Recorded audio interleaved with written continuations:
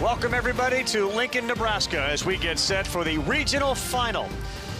Will it be Ole Miss moving on or Arizona State forcing a game tomorrow? Ole Miss, the unbeaten 2-0. Arizona State's already fought through some adversity today. They got a victory in their first game against the home team, Nebraska. The NCAA baseball regionals are presented by Capital One. Our brackets look like this. It's been a wild one. We've had some weather like most of the regions. And it impacted the first time these two teams met. It was about a 2-hour, 45-minute rain delay. 7-6 final in 14 innings. Nebraska bounced out today. They lost both their women's softball team and men's baseball teams. We welcome you inside. You can see over our shoulder. It is a gorgeous night for baseball. That's Kyle Peterson, and I'm Carl Ravitch. Good to have you aboard. Mentioned some of the adversity that ASU is dealing with. They're going to have to win their second game, and they're going to have to do it without their best player. Landon Hairston got thrown out for protesting a third strike call, and the challenge is going to be replacing the bat and figuring out how in the world they can replace the glove as well. Yeah, turn of the page, honestly, is getting past that. I think there was a shock value that happened. Arizona State had a 10-run lead. Nebraska had the game-tying run up at the end. However, it's a win. They move on. They just do it without one of the best players in the country. All right, let's take a look at what happened. And sort of getting a quick straw poll. Feels like 60-40. The program agrees with it because you really can't show up an umpire like that. You cannot do that. It's unfortunate, honestly, because we don't get to see the player. Right. But you just can't do it. I mean, I think that's one you can't argue, and not exactly the walk you want to make because there's no clubhouse back behind their dugout. Had to walk across the field, get off the field. Willie Bloomquist helped him get there. This is what they miss. I mean, they miss one of the best hitters in the country. And a kid that's got a chance to win the Golden Spikes. It feels like, given the way they're playing, especially earlier today, I mean, they've scored 28 runs their last two games. There is offense here, a lot of it. Well, and he hasn't provided a ton of it. This guy has. New Contradas he's been the best player in this regional so far. 4 home runs. Webb Gems at second base. I mean, you talk to Willie Bloomquist, and what did he call it? A free safety playing baseball? Yep. That's kind of what he looks like.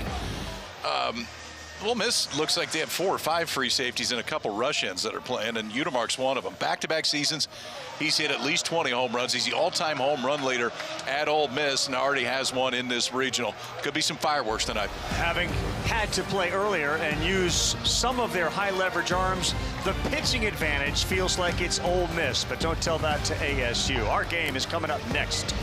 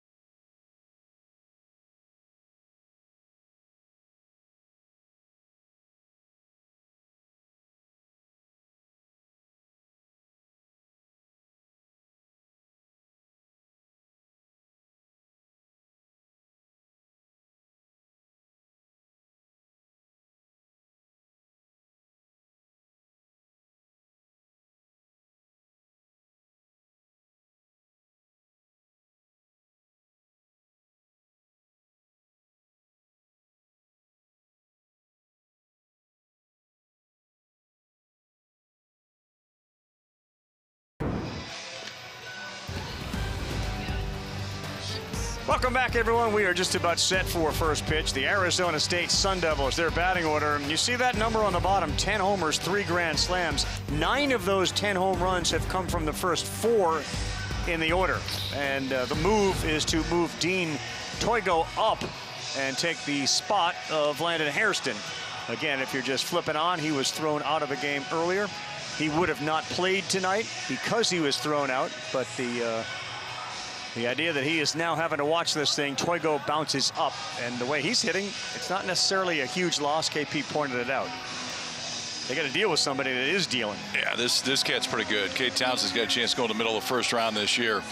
The last 2 haven't been great, honestly. Up until then, it had been really good. Fastball, cutter, slider, curve. They don't hit the slider and curve. They really haven't all year. Fastballs mid to upper 90s. Pretty good option 3 if you're Ole Miss to trot this guy out there. Right. And again, the advantage, at least in the beginning, feels like on the mound it would go to the Rebels. But let's see how they approach him. The offense has been great. Toigo's digging in. Townsend's ready, and we're underway. And he swings at the first one and sends it to the sidewalk out there on left. You look around, you realize the Huskers aren't playing in this game. As a result, the crowd is sparse. Good night to get foul balls. Great night. Tom Decker plays real deep at second base again. And Toigo looks at a ball. Townsend is a sophomore, 6'1", 185, draft eligible. Southern California native, 6.35 ERA his freshman year. So what did he do over the summer? He moved in with his pitching coach and the family. And he goes high cheddar. So he lived with Joel Manglin.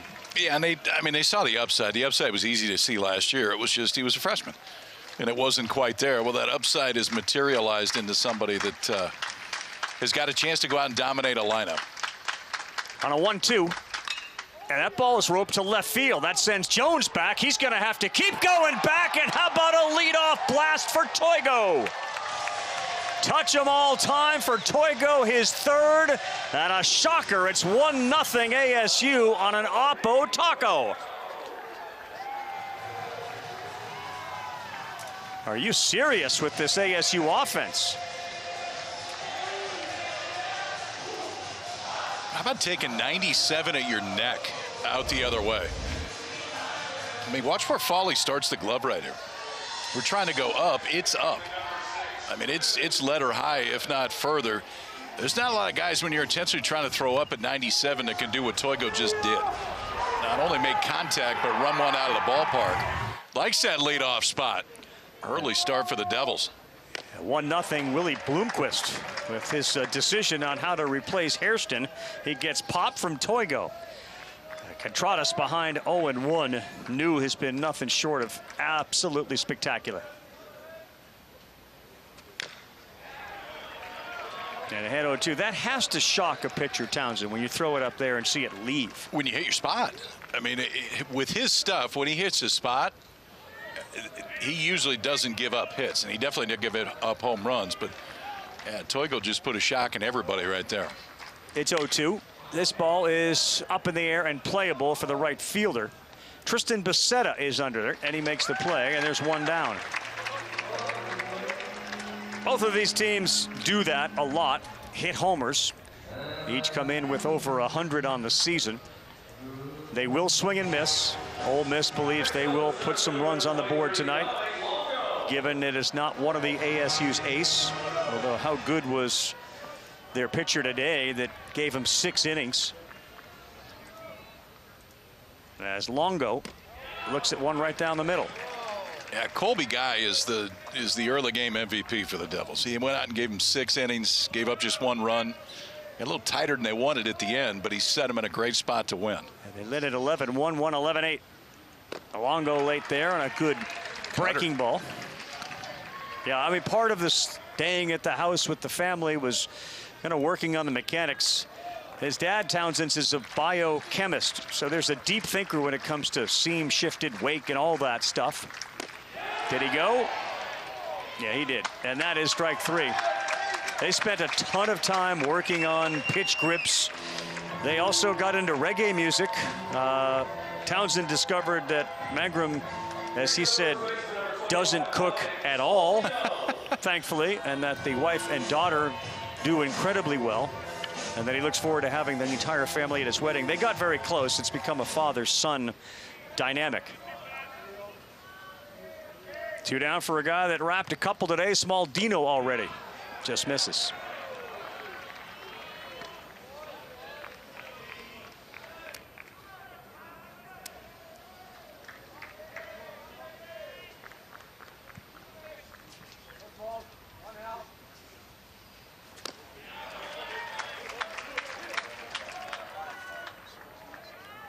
For Toigo, that was his 20th of the year, and that means for the first time in the history of the school, KP, they've had 3 20-home run hitters in a season. That's what they live by. I mean, there's a fair amount of swing and miss. It's not crazy, but a fair amount of swing and miss, but there is a ton of thump in this lineup. And Smaldino is certainly one of those guys. 2 today. He now is sitting there with 18 on the season. On a 2-1. That's 3-1.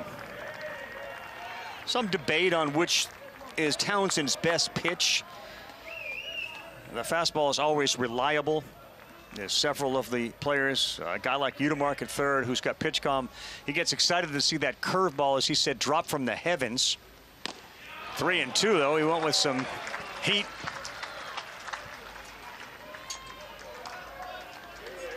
That's the view that Udemark has. And the infielders with the PitchCom know the pitch that's being called. He lost him there, 3-2.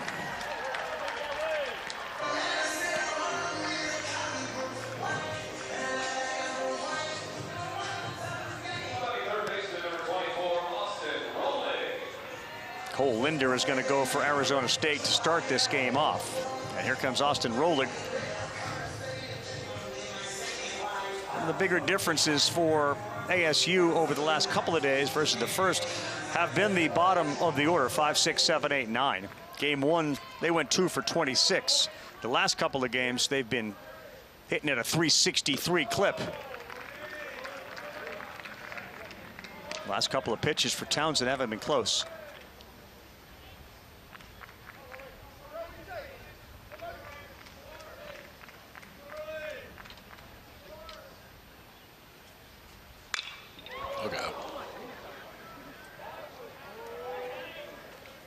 You can get that fastball up to 97 miles an hour. He touched it right there. I mean, the breaking ball is sometimes, if he can land it,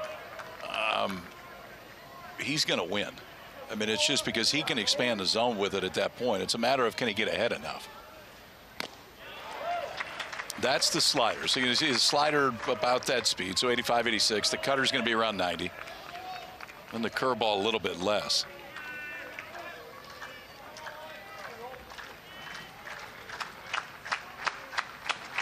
Ready on a 1-2. He delivers, and that is called strike 3. Josh Shepis is our home plate umpire tonight, and he pumps out Rolig. But not before Dean dropped a bomb. I think Dean Toigo's ever had leadoff in his life. This rate, he may hit it every game for the rest of his life. Leadoff home run, the Devils strike first.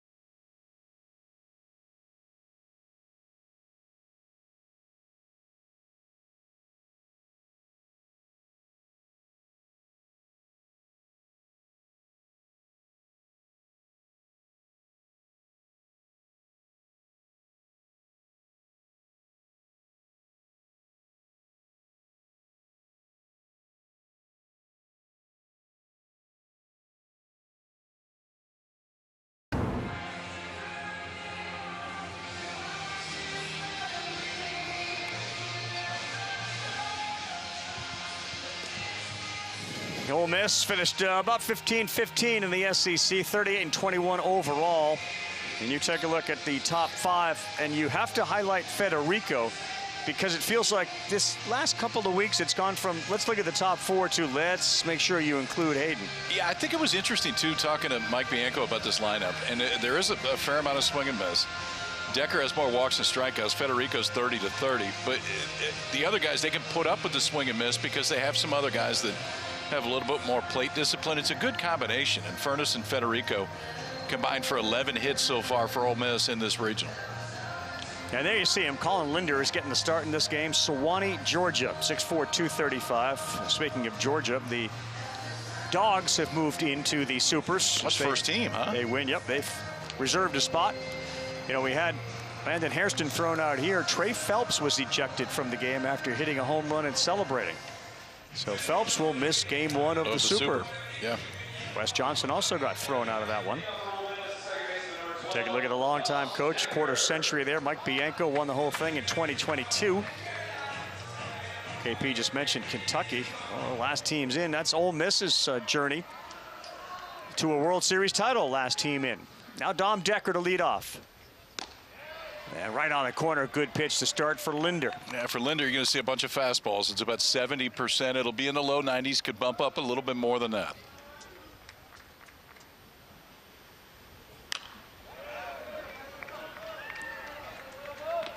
Decker sails that one out of play. 274 to start the night. 10 homers, 5 doubles on the season. And here it comes. And he swings and rolls one towards first. Slowly hit and an easy play for Small Dino at first. There's one down on some weak contact from Decker.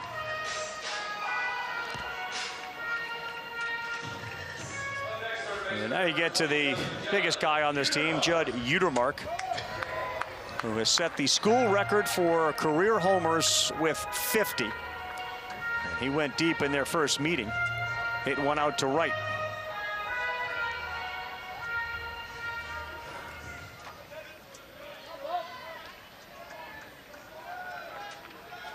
Luongo is a terrific athlete in center field. That's ball 1 to Judd Utermark.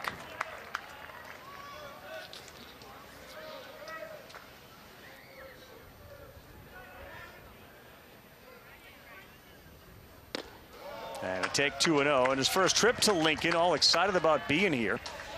And he would like to continue this season in a Super. If they win, they move on. If not, there'll be another game tomorrow. On the ground, that is a fair ball, and Utermark sees it get by the third baseman rolling, and he is headed to second. He's got a chance to think about 3, and he just puts the brakes on as that one got away from McGarry, banging off the fence and then to the wall. But a double for Utermark, his 11th. Good sign for Utermark right there, who homered in the first game. Had been a little bit soft since then, but not right here.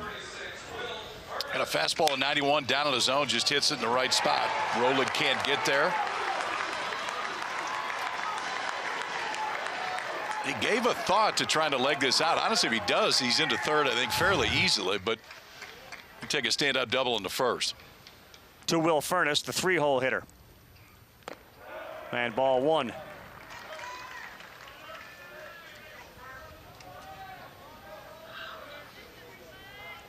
Furness went to the same high school his dad did, a very famous player for LSU. Eddie Furness, it's 2-0. Will was hitting .488, named a first-team high school All-American. And the question was where he was going to go play. His dad, of course, was a star at LSU. LSU wasn't really in the cards for him. Arkansas, TCU, Ole Miss. And, of course, he ended up here as a Rebel. He's got a good count, 2-0. And launches one sky high in the air. This looks like it's playable for Longo. Utermark goes back, fakes his tag. And Furness retired for the second out.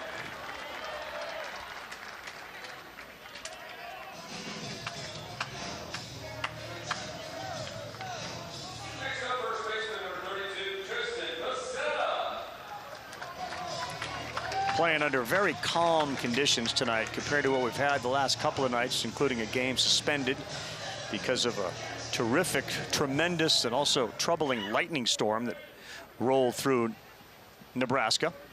But the winds are way down compared to what we've had.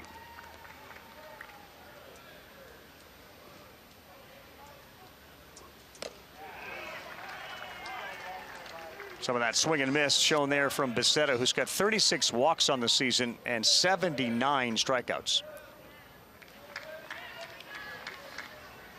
Yeah, Udemark 76 strikeouts. Bichetta's strikeout numbers up there. They'll throw down behind Udemark. He'll dive back safely. That was risky there. Well, you take a look at Longo out there in center field, and at this hour, 7:21 here in Nebraska, he's covering his eyes. That sun is bearing right down on him.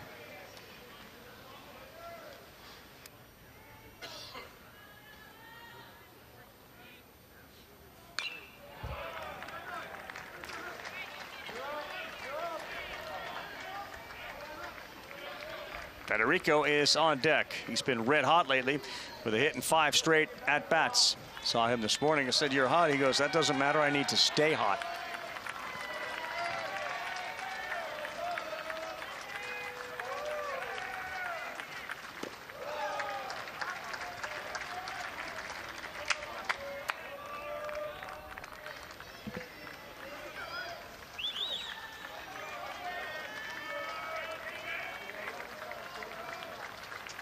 Bichetta hit one earlier, the longest one we've seen here at 435 feet.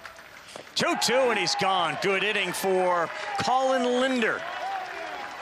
He leaves Udemark out there at second base. No runs across. We head to the second. Arizona State needing a win, up 1-0 thanks to a Toigo homer.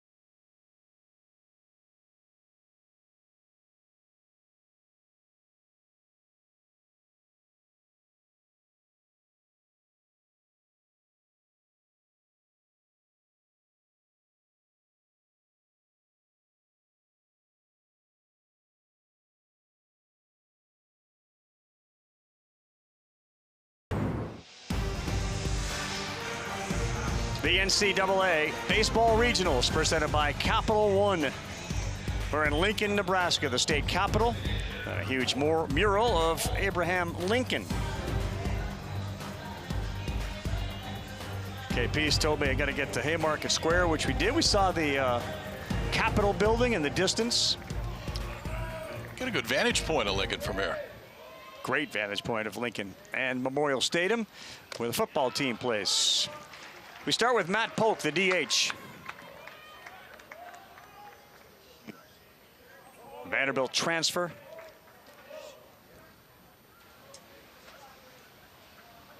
There he is, the sower.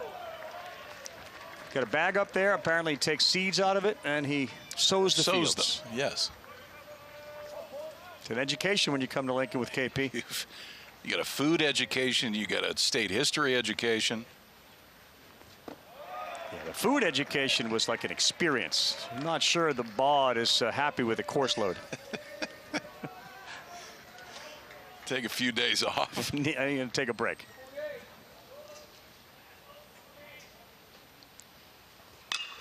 Polk, right field, coming in, and now stopping is Bichetta. And Polk will fly out to right field for the first out of the second. Got some craziness going on across the country, Rav. Troy beats Florida, forces a Game 7 in Gainesville tomorrow. Kansas leads Arkansas. If they win the regional, head to a super. Arkansas had the lead in that game, didn't they? They did. OU scored 8 in the 4th. They now lead Georgia Tech 10-8. That game may end up. It's not going to end up 10-8. 21-20. It's not going to be 10-8. I think we know that. And now McGarry squares and he bunts it backwards. It's 0-1. McGarry is the guy that played left field when Hairston got thrown out. 281 on the season. And yes, Hairston will miss his first game next season. No, just this one. Oh, just this one. Yeah. Okay, I it's thought just it was that game and the kick you out of the game, then you miss the next one. All right, I thought I had read that he will miss the first one next season, but I'm going to go with KP. Straight over the top, fastball at 97, missed low. And it goes to 1 ball, 1 strike on McGarry, the left fielder.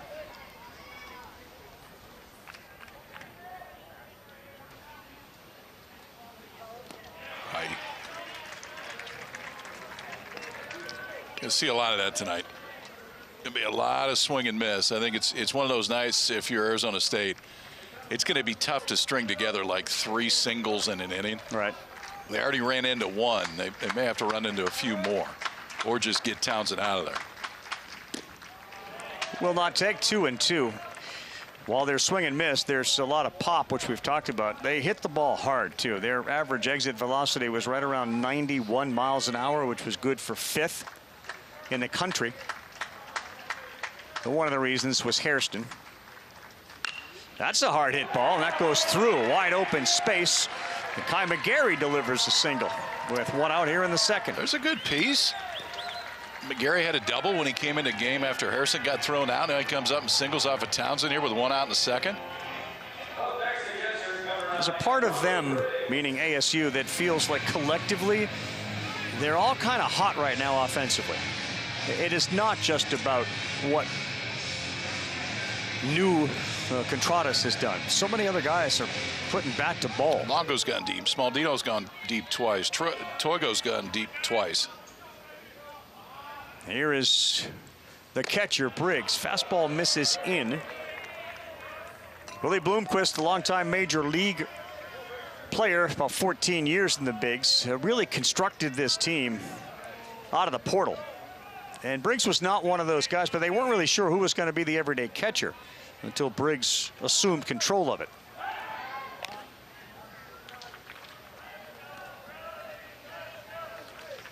A couple of Cal transfers came over.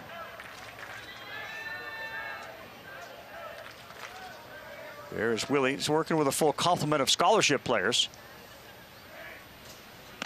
That's in there for a strike. 1 ball, 1 strike.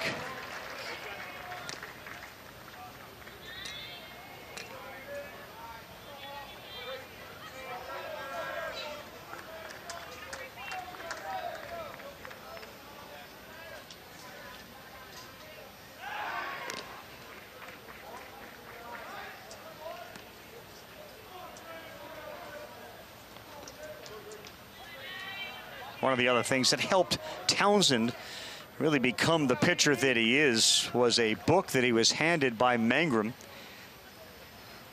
That one sails high. It's a book that the Guardians, and Mangrum was a minor league pitching coordinator for the Guardians at the major league level for 4 years. So when they would draft a guy, they would give them a gift bag, and in that bag was a book.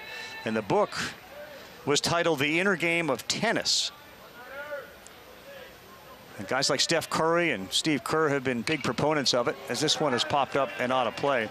But ultimately, the inner game of tennis, Townsend said it changed his life. And the message inside is about turning off self-one and letting self-two perform, and not necessarily focusing on results. It sounds like a deep book, KP. Sounds like one we probably shouldn't read.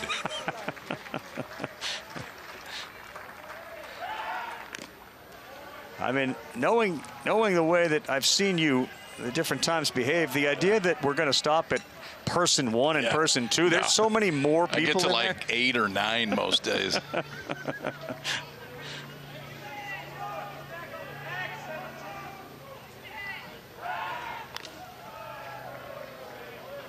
Yeah, McGarry's there with just 3 stolen bases on the season, and it's quite clear that Townsend is at least thinking about him. It's a good lead, though. I mean, when you get a lead that allows you to dive back fairly comfortably, but also is far enough that you're getting the attention of the guy on the mound, that's a solid lead. 2-2 coming. He's going. Throw down was double clutch. Did he get him on the leg? Ooh. That's how most major league catchers and infielders like to throw it, towards the first base side of the bag so you can get the leg on the way by. And it looked like Payno may have done it. Yeah, but he immediately looked towards the dugout. Payno did after this. I'm with you. I first glance. Oh, he's out by a lot. Payno looked at the bench and made the safe call. Like, don't challenge it. He was out. Yeah, it appeared to be by a lot, and now it's first and second after ball 4 to Briggs. So a missed opportunity, and perhaps early in the game they don't want to use a challenge. That's 2 walks early in this game from Townsend. I mean, unless I'm missing something here, it looks like ball, tag, hand is definitely not there yet. No, yeah, I mean, he is out. Not close. Wow. And if you're sitting in the dugout, you're relying on your second baseman and your shortstop to tell you in that spot.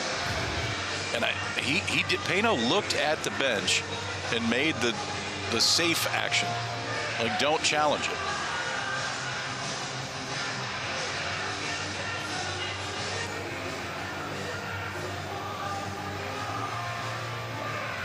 So Mangrum is out there, and right now the inner game of tennis is struggling a little bit.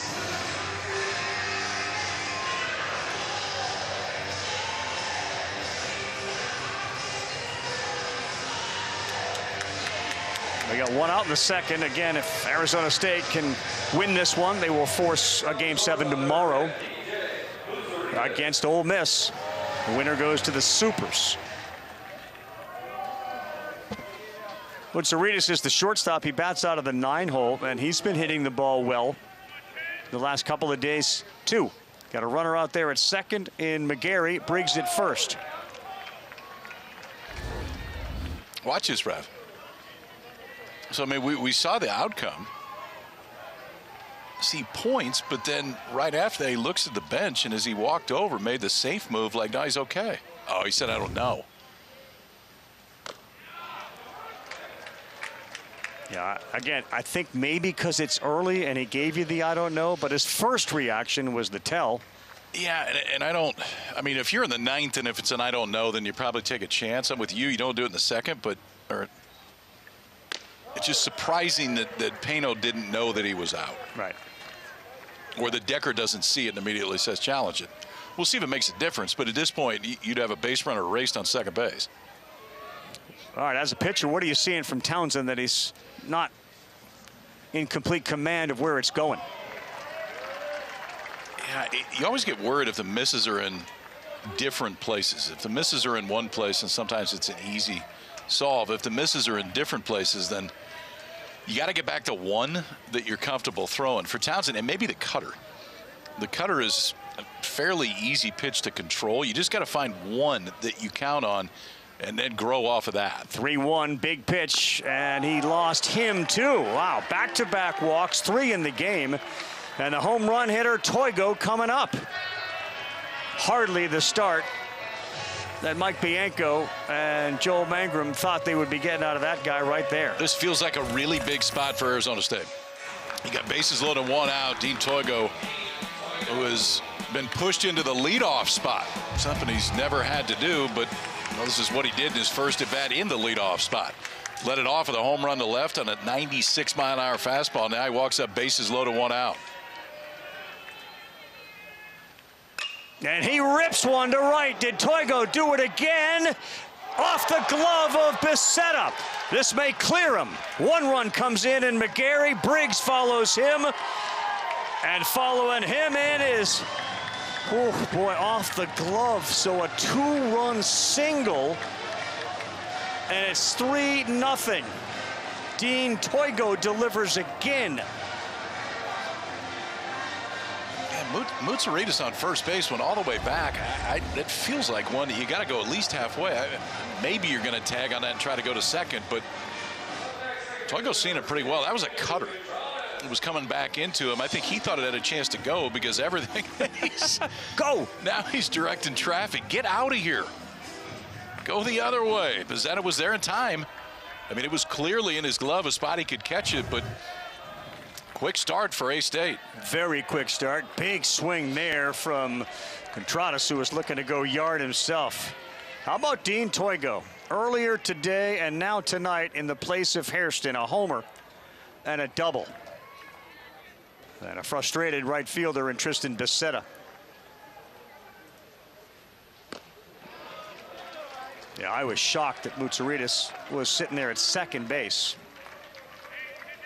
Yeah, almost as shocked as Toigo was when he saw him standing at first base.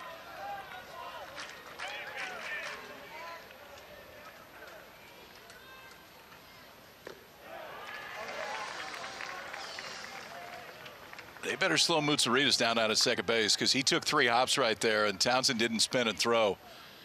If he does that again, he's going to take off. Mutsaritas 10 stolen bases on the year for the Devils.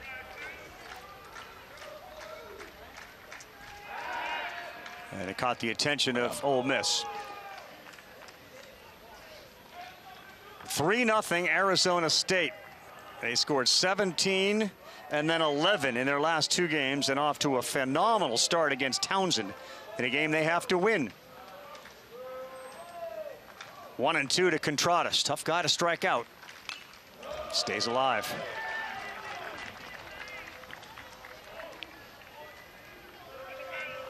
And a bumpy journey for Contradas. When he's on the field, he's great. They win. But there was a back injury. There was a hand injury that cost him the 25 postseason. He is healthy, and you can see how good he is when he's healthy. That misses down. 2-2. And they are forcing Townsend to throw pitches. We are nearing 50 here in the second inning. It's been an impressive offensive approach from Arizona State and patient, just allowing those breaking balls to fall out of the zone. Oh boy, he fooled him badly. Now that you don't see very often. No, the combination of the 3, the cutter, the slider, and the curveball, velocities are different, but the movements are so very different too. And there just aren't too many humans that are going to hit that. I mean, if you get that one in your back pocket, Contradas is on some kind of heater, and that one, there's most hitters that are going to look like he just did right there. There's the one that his third baseman said drops from the heavens.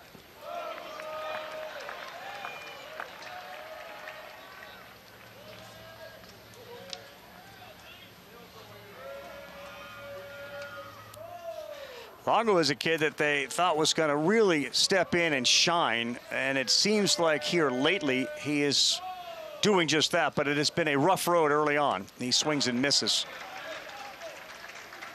1 ball, 1 strike. Most of the portals were hits, and this guy is a freakish athlete. It's starting to click. Yeah. 5 hits. He hit a monster bomb earlier today.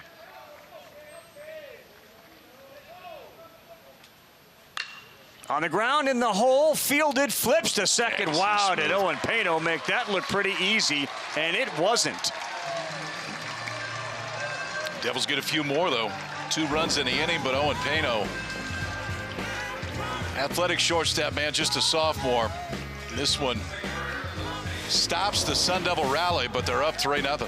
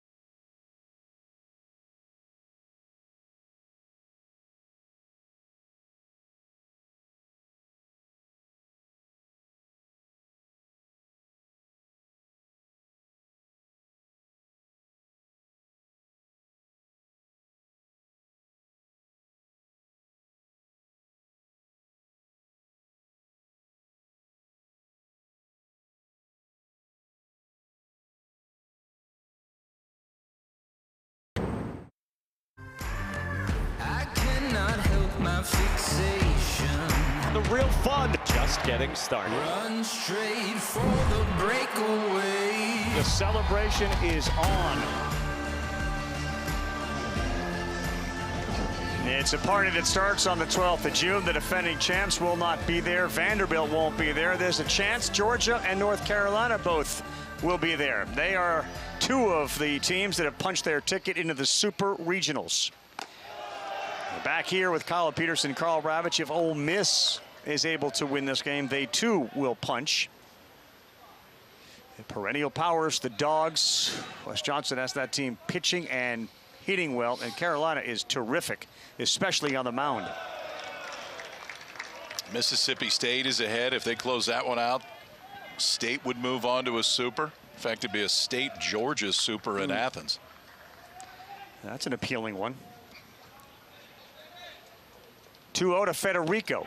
And that's a good one by Linder. Didn't want to fall behind 3-0. The Georgia team will look different in game one of the Supers without Trey Phelps. I saw a post on X from Aaron Fitt, D1 Baseball, talking about where he was located in the stands. And this one is trouble if Linder can't get there, and forget it because Smaldino had to go off his glove. So Federico is aboard. Yeah, finish that thought because I thought it was interesting. Aaron Fitt was sitting in the stands there right next to Trey Phelps' dad, who was right behind the bench. And when Phelps hit the homer against Liberty, he motioned to his dad. It could have certainly been something that was in conjunction with motioning at the bench. It appeared as if the move was to, I don't know, excite the bench, kind of get underneath their skin a little bit, and as a result, he got thrown out for excessive celebration. Fitt's point was the dad was right there, and maybe he was talking to him. So Federico aboard. Here's Payno. Great defensive play to end that half. Did you see this celebration? Yeah, excuse me, I saw the video, and I can understand how, if you don't know that part, how it could be interpreted that it was towards the bench. If the parents were there and it was towards them, changes the story, right? It changes the story, but if you're an umpire, I mean, they don't come out and tell you before the game, hey, my parents are sitting right over there. So if I do something towards the dugout, it's actually towards them. I mean, I can understand a reaction. Inside to Payno. And after, by the way, he got past first base, there was a continued celebration. He said something to the first baseman, kind of waved goodbye to him. Phelps is that type of player. He plays with more enthusiasm and generally a smile as anybody does. And a real important piece to the Bulldog offense. Well, fortunate for Georgia, they got about 7 other guys that can hit it into the trees. So, but Phelps a huge part of it. 3 balls and a strike to Payno with Federico at first base. And how has Hayden Federico been? He is now 7 for 12 in the regional. And at one point between games 1 and 2, had hitting 5 straight at bats. Then he took like 1 at bat off and starting to hit again. This is my Payno's my pick to click next year. As far as the kid that makes a huge, he is really smooth at shortstop, and he's big, 6'3". It reminds you from a size standpoint, not offensive yet, but size standpoint, reminds you a little bit of Jacob Gonzalez. I thought you were going to give me a Corey Seager comp. There's some of that in there, yeah. Ole Miss finds themselves down in this game 3-zip, and now the tying run will come to the plate after the single and the walk. Cool moment this week for Jacob Gonzalez. Called up the big leagues for the first time. To an ever-improving Chicago White Sox team, and he's going to figure in the improvement and future of the White Sox. At 17 home runs his first 2.5 years in the major leagues. So the year he got drafted, the 2 following. He had 18 this year when he got called up. I don't know if he's still playing short. He was a shortstop at Ole Miss, but regardless, the bat obviously has come around. Yeah. Yeah, it is pretty crazy, the flip in Chicago. It's real. That's a pretty good White Sox club right now. And boy, I mean, how much criticism was levied at the front office? A lot. I mean, a ton. Yeah. You're in that position, though, of putting the team together, coaching like Bianco does. You realize there's going to be a ton of criticism that goes with that position. Here is the catcher, Austin Foley. 2 ducks out there, and Federico and Payno. It's a 3-0 ASU lead. Ball 1 inside to Foley, who's got that big leg kick. When he gets it down and gets into it, it will go. He's got 13 home runs on the season. Whoa, that one sounded like it got somebody. It got off maybe the helmet of Foley, and then it got our home plate umpire. So a hit by pitch to Lodum, and that absolutely clipped Josh Shepis as well.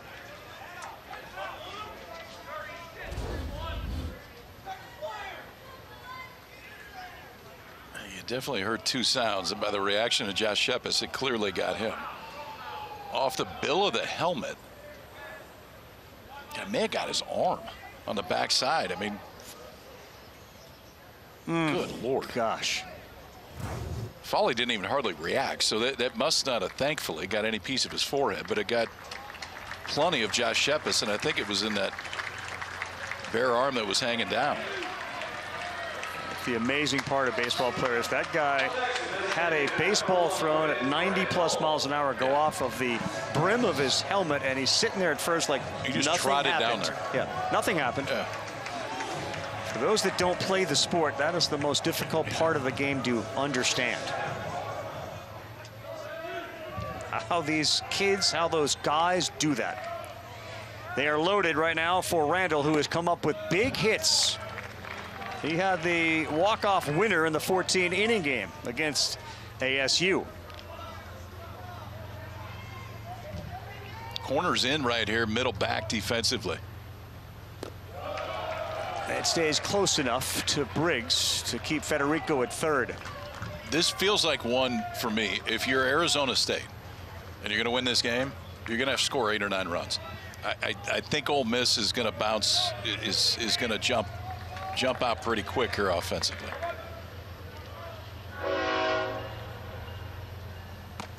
Two and one. And they may get some help on the mound.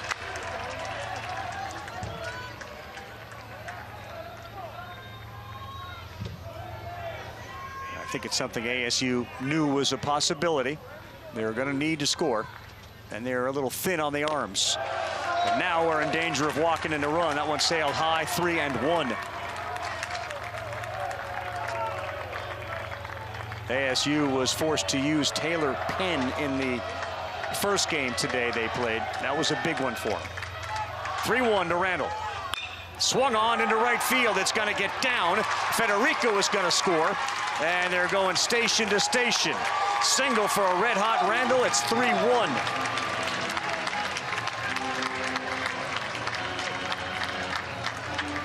He may have swung at a ball right there, but you'll take that outcome every day. Randall's starting to feel pretty good. 4th hit already in this regional. Watch location. 92 miles an hour. Looked like it was probably up, but regardless, sitting on that fastball, got that fastball. Ole Miss 1 in, bases loaded, nobody out, and that'll get Jeremy Accardo, the pitching coach for Arizona State, to come out of that dugout, head out to the mound for the first time. So he'll begin a conversation. You can look at Randall's numbers. He's now 3 for 8 with a couple of RBIs. He can throw some numbers out, like a sub-150 average with the bases loaded. And there he goes, taking a high fastball into right field for a hit. Yeah, this is not an offense that you want to attack when you're throwing 70% fastballs and they're in the low 90s. Right. They are going to get you at some point. He's going to have to, well, you got to throw strikes to start, but he's going to have to spin it. Well, in the world of it's your turn, here's Topher Jones, who is penciled into the starting lineup as the 9-hitter. He swings big at the first one.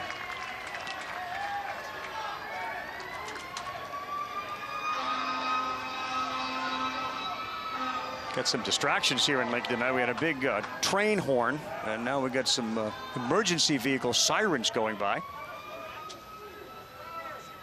Jones swings, and it's 0-2. I mean, it's a fastball that does have very good carry, and that's why he throws so many of them. You see both those swings in this at bat by Topher Jones are underneath the fastball. The left fielder tonight for Ole Miss. Tipped into the mitt. Really good job by Linder, who needed one there, and he gets the strikeout on 3 swings from Jones. That's a big comeback right there. I'm going to get a 9-hole hitter up, but just attacked the strike zone. And that's the key right now for Linder, especially with the bases loaded. 3 straight fastballs, 3 straight swings and misses by Topher Jones. Linder's not a big ground ball guy, but you are a ground ball away from getting out of this. Here is Decker, the leadoff hitter. He swings and sends one to left field. Back to third goes Payno. This one's at the track. It's caught there. Payno will tag. He'll come in. And it's a 1-run game on a Decker sacrifice fly and an RBI, his 50th of the season.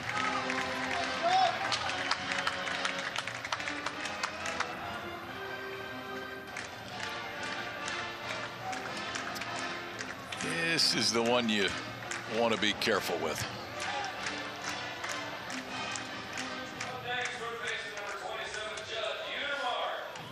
This being Judd Udemark, the 2-hole hitter. He too sitting on 49 RBIs. Decker now is at 50. Udemark is the power hitter on this team with 2 aboard. He held his swing. It's 1-0. People saying for the first time he's been using that pink bat.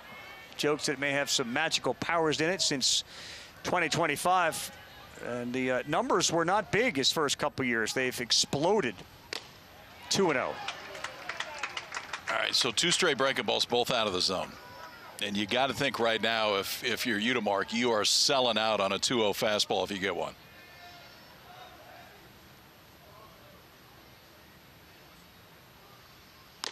Like that. Yeah, I think he just swung at ball 3, but yeah. 2 home runs as a freshman, 5 as a sophomore. 22 last year and 21 more this year.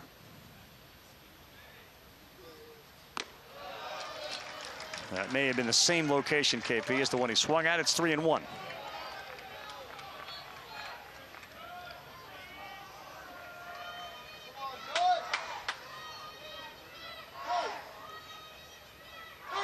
Gotta be careful here. 3-1. Oh, he challenged him and he swung right through it. That was one to hit. Yeah, and just a tick late on it too. Credit Linder. 3-1. Got to throw a fastball, threw it right down the middle, got away with it. I think it's his best pitch right now. Does he go right back to it? He did, but he missed off to load the bases. Alex Overbay, who was out in the bullpen warming up, the son of the longtime Major League first baseman Lyle Overbay. And I know it sounds repetitive, but another guy you got to be careful with.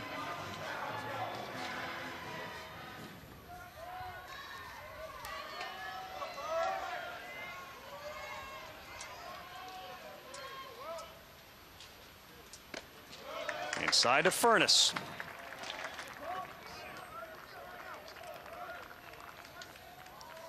.250 hitter against right-handed pitchers. 6 for 10 with the bases loaded.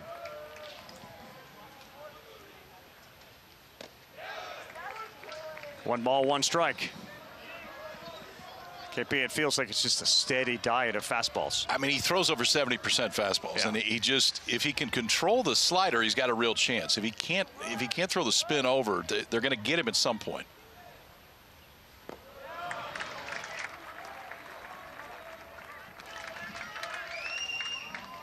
Alex Overbay up and warming, a right-hander in that Arizona State bullpen right now, and you feel like if this hitter reaches, it may be a spot that Willie Bloomquist points down there. 2-1 on the way. Big swing there. Head came out, and it's 2-2.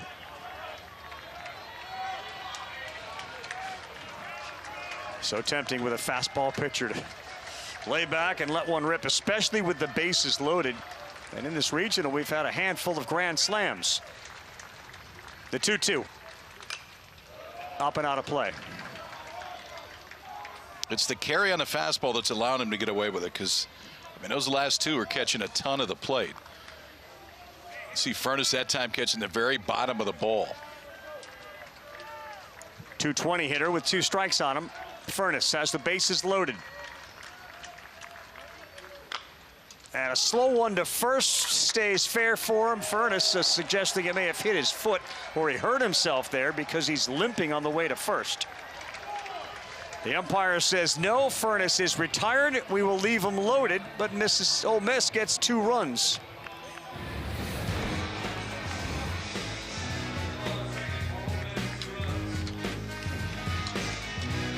Didn't hit him. We got cameras. Will, we got cameras. Mike Bianco joins.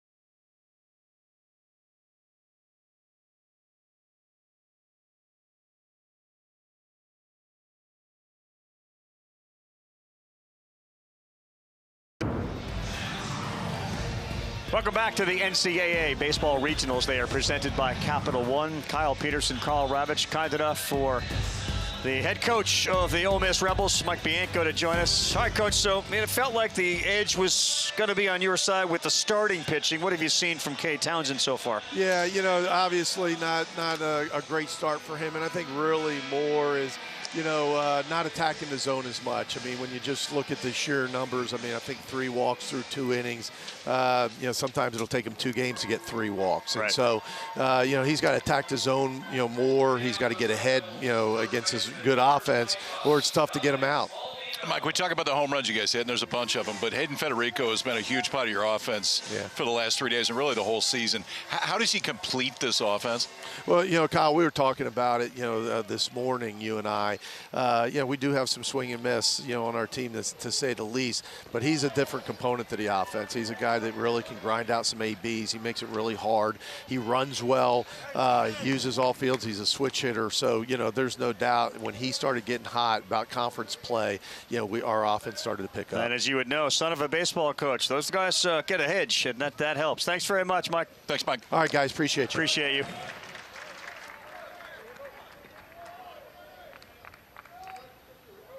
Count is 1-1 to Dominic Smaldino, who walked his first time up. He's had a big day. Remember, this team played already today. Had to get a win. They did.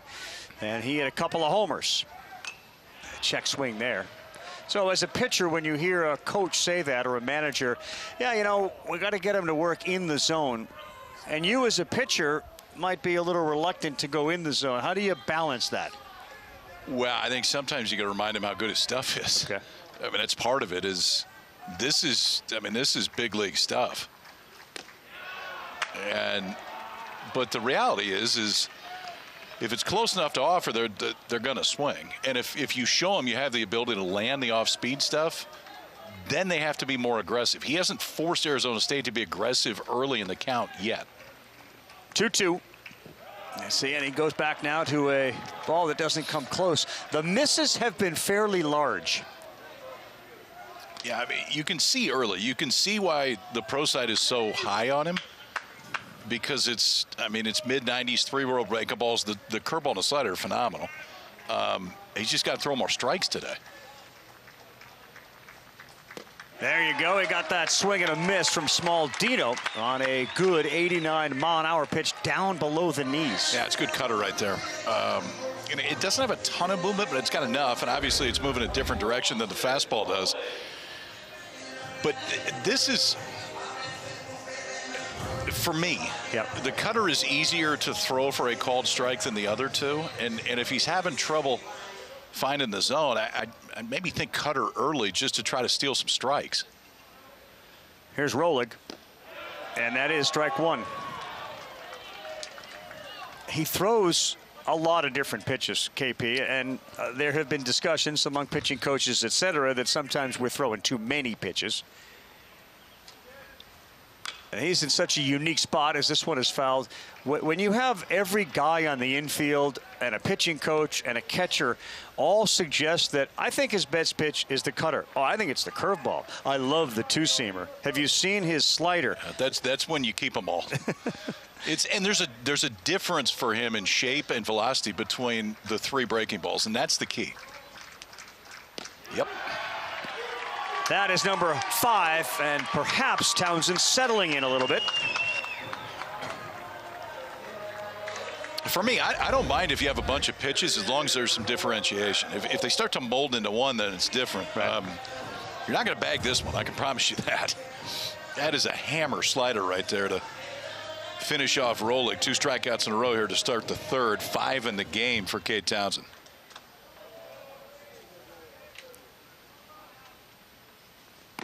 Polk swings and misses. They got him 2 runs. He's trying to get his offense right back to the batter's box. Polk is one of the few holdovers as he looks at one that's down. 1 ball, 1 strike. Wasn't down that much. It just was boxed by Foley behind the dish. Yeah, Foley just a little quick trying to bring that thing back up.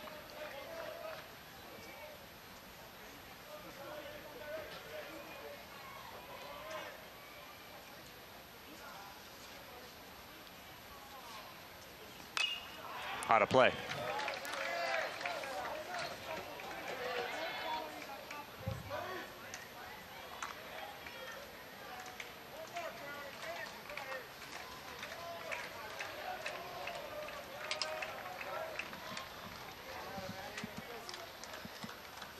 The 1-2, and that is strike 3. That's the inning they've been waiting for Townsend. He gets it in the third. With the old good morning, afternoon, and evening. A strikeout of Smaldino and Rolig and Polk. Count goes to a half-dozen. We will join the head man, Willie Bloomquist of the Sun Devils, after this.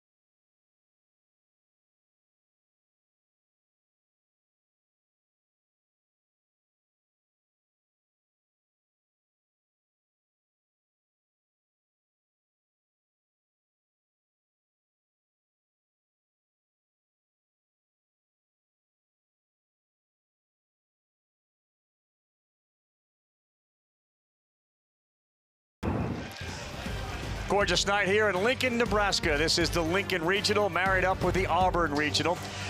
And game 6 here featuring 2 powerhouse teams. And a good game so far, 3-2 as we go bottom 3. Kyle Peterson, Carl Ravitch, and Willie Bloomquist, you see him there. Long-time Major League Baseball player who's seen just about everything. And today he saw his star player get ejected, meaning he's not available tonight. What are the challenges in replacing him?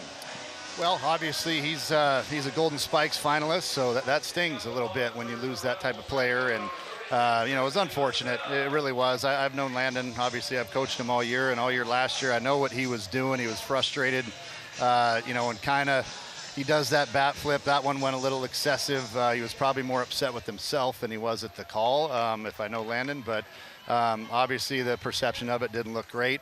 Man, I mean, we're in a regional here where everyone's competing at the highest level. I would have liked to have seen a warning there rather than taking one of the best players in the country out of the opportunity like this. But is what it is. We got to move forward and replace him the best we can. So, Willie, part of that is facing Kate Townsend today, and it's really good stuff. From your standpoint, offensive approach when you have a guy that shows you a couple different real breaking balls and is up to 96, 97. Yeah, you just got to try and take away the breaking ball, and we haven't done done okay, I guess, so far. But you really got to try to see that spin up. Right now, there's some shadows, so it's a little tough for our guys to pick up. But the biggest thing is we can see spin and eliminate the one below the knees and try to get him up in the zone. We'll have more success, hopefully. Willie, good luck. Thanks very much. You, Will. Thanks, guys. Appreciate it. Appreciate you very much. Yeah, the shadows, that's a good point. You can see the sun there, and Becerra launches this one to center field. That sends Longo back, and that one is long gone. Becerra has tied it with his 22nd of the year. A blast over the wall in center.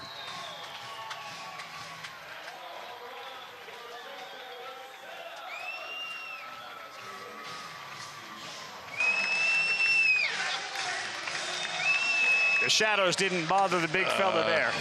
No. Yeah, the boys in blue, they start running into fastballs, they're going to go a long ways. Becerra, this is 92 coming in, 104 going out to dead center, and it was a ball. It was up and out of the zone, but that one, second time around, Becerra had timed up. Struck out his first at bat on a fastball. That time hammered one out to center to tie it up. And then the man you just asked Bianco about, Federico, is up. Ooh, he was swinging for the fences as well. May have got a little piece of Briggs as well.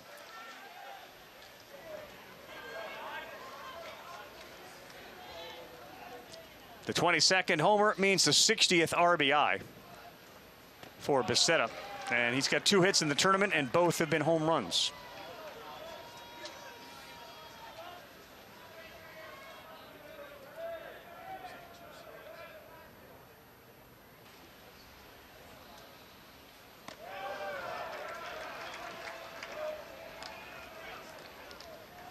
And getting to the finish line is going to be the challenge for Arizona State. Yeah, out of the mound. Yeah, we talked about it during the game today, having to use one of their high leverage guys. Kind of stung. And it wasn't just a question of 10 or 12 pitches. I think it was in the 40s for Taylor Penn. Well, and then they had to use their closer at the end. I mean, so 2 of them. Now you can probably bring him back. Overbay was up and Warman. Fitzpatrick's got really good stuff, but he's been a real short inning reliever when he comes in. 3-1. Ball 4.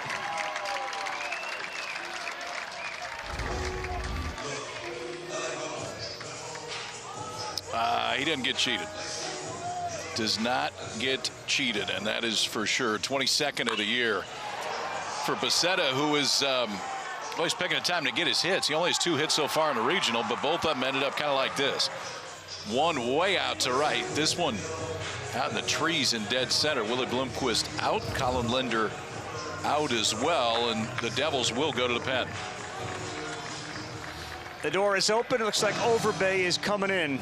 Linder will leave in a tie game. He's got a runner at first. This is the Lincoln Regional and a chance for Ole Miss to move to the Supers.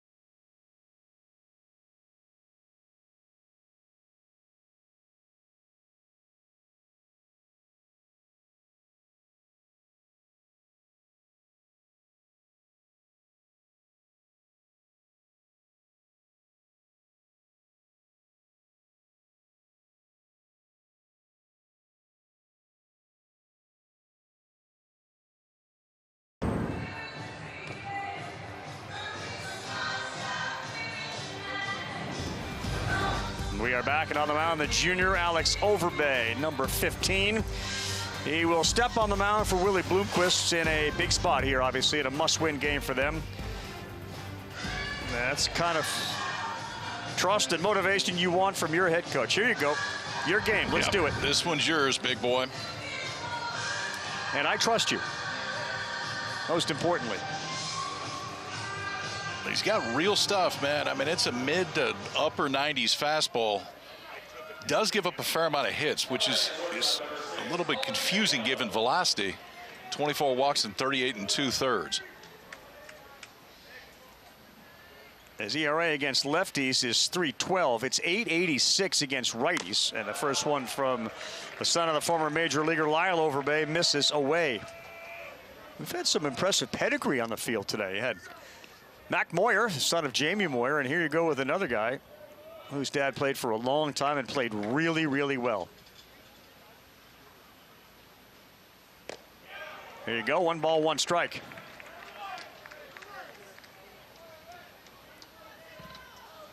That's a major league body, I can tell you that.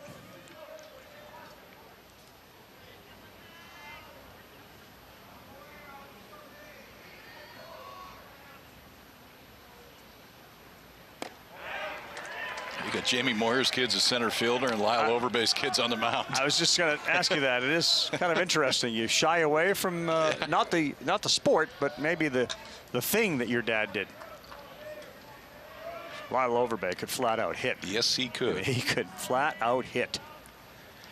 1-2, runner goes. That one's in the dirt. That bag is going to be stolen, and without even knowing it, got away from the catcher Briggs. Head first slide from Federico. He's one of the bigger baseball stealing threats that they have on this team.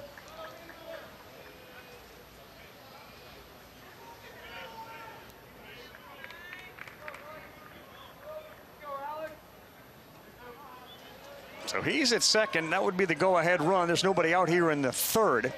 And it's a 2-2 count to Peno, who walked his first time up and scored. And this one is down the line in left, tailing away, and it's off the fence. I'll tell you one thing, having not been here, this feels like a ballpark that just watching, the ball carries pretty well here. It sure seems to. I mean, I'll tell you this, if you show up here in March, late March, you may think a little bit differently. Yeah, sure. Because the ballpark doesn't play like this, but it is especially right center, left center. It is played pretty small this weekend. He got him there. Good pitch. Peno retired. A good slider right there and a good spot for it.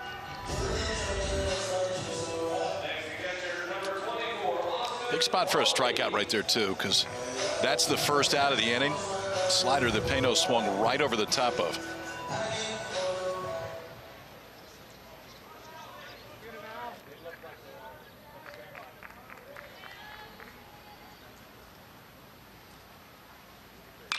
Foley skies one out of play.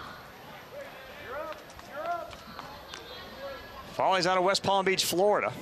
He was a Kentucky Wildcat 2024. And they had Devin Burks there, so that wasn't going to work. 18 at bats. He had 222 with 2 homers and looked for some playing time and found it. Kentucky having themselves a postseason.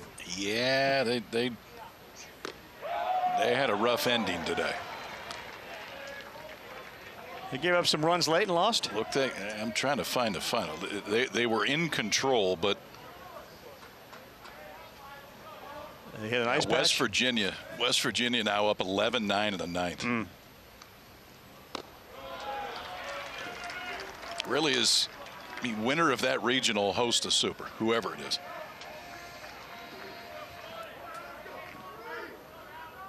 Georgia and North Carolina, for those of you interested in some of the teams that are going to be playing in the Supers that could end up in Omaha, they've already punched tickets. Federico with a big lead, and that next one from Overbay is off, and the count moves to 3-1. Yeah, Kentucky had a 9-6 lead in the ninth.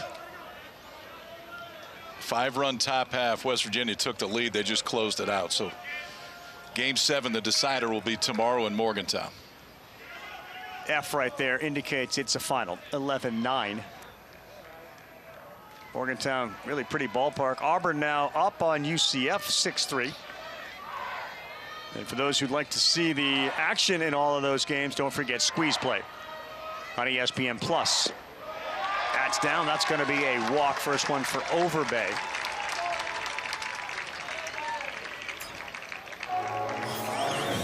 We talked about it last night with Nebraska staff, and it really is the same way tonight for A-State. Like if you're going to have a chance to beat Ole Miss tonight, there cannot be free passes, because they're going to get you at some point. But if they're going to get you, you'd rather that happens with nobody on base.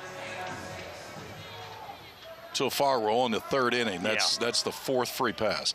Man who walked it off in the marathon against ASU. Here is Randall. He singled his first time up. Really good speed out there at second, and Overbay lands the first one.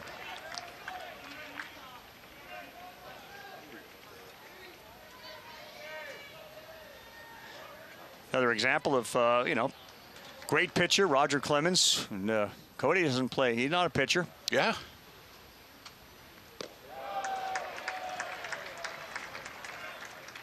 Well, both of Roger's sons that played college baseball were hitters. It's quite clear that your son Teddy had no interest in pitching. No.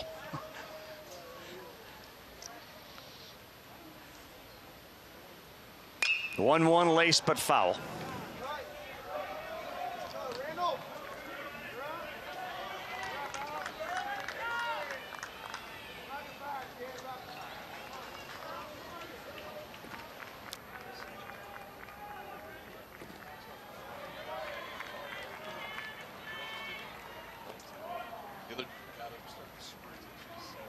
Two-strike pitch, that's down. Gets away. Federico is caught now, and he is diving back, and he'll make it. Gotta get rid of it, man. Gotta get rid of it. Federico kind of was in no man's land right away, and the longer Briggs held that, he inched his way back to second base, was then close enough he could dive back in. I mean, watch, it's a break, and now he's done.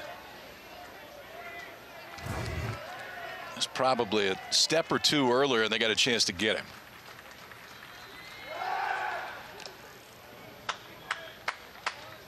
How many times you think, at least where I was, they used to call it pickle, that Federico just enjoyed getting in the middle of a rundown and getting out of it? Yeah, he's probably the guy you want on your team. Yeah. If you're playing that.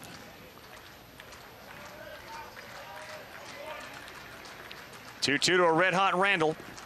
And he hits one in the left. Federico had a freeze, and he's going to be sent. Here's the throw, and he is out.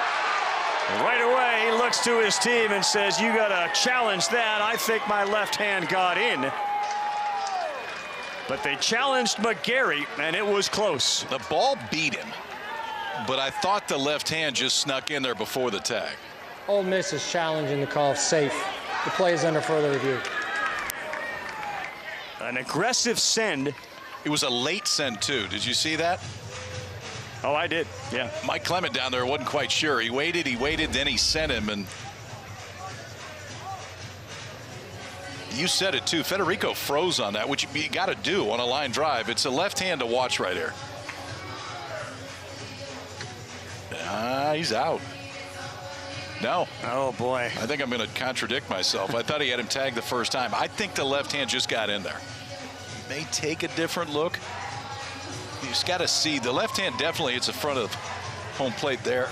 I think he's safe by a frame. Now, is that enough? I don't know.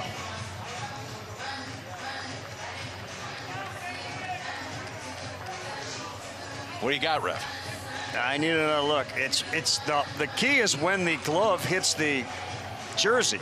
And is it there yet? Like, does he get him there? Because he hasn't hit home. I don't think he has him yet. I didn't.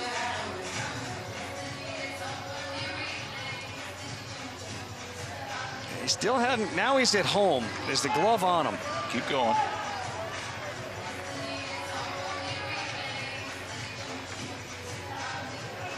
He doesn't have him yet. He doesn't have the base yet. Now he has the base. I think he's safe, I think he might be safe. I think he's safe. They're looking at the big screen here where everybody's playing umpire.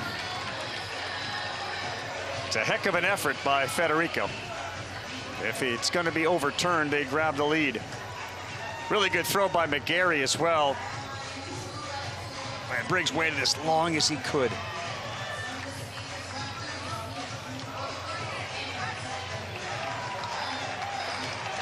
I got him safe.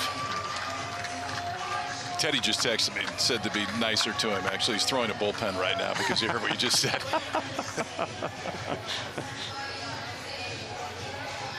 The best part of all that is Federico is clearly eating some dirt right there, and yet he was able to get up and say, I know I was safe.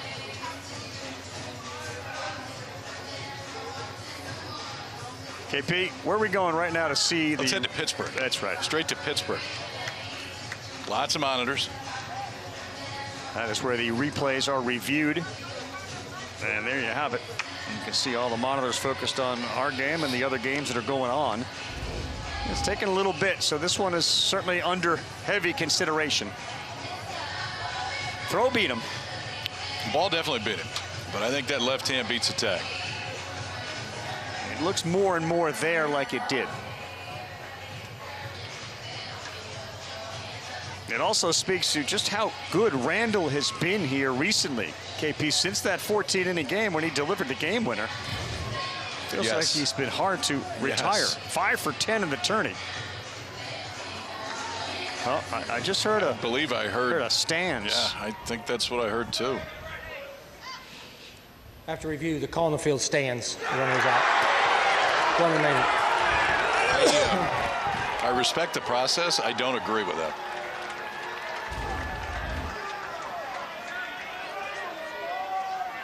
I don't think it affected the route, but Mike Clement, it did not affect. I don't think he slowed down at all. So the late send didn't affect it. I mean, listen, you can't argue it. They go through the process. You can't argue it from an Ole Miss standpoint, but I saw that differently.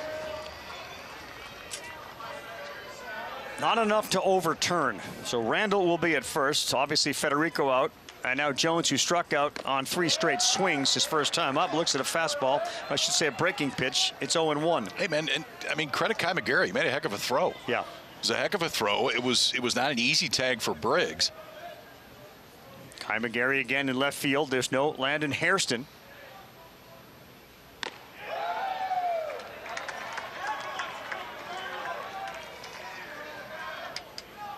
Second great throw a left fielder's made in this tournament. Jet Buck did it the other night for Nebraska. And now McGarry delivers. Can Topher Jones deliver?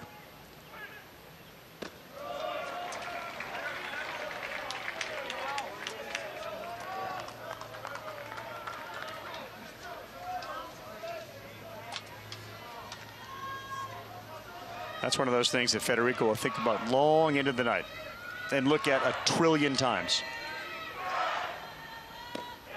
Good one there.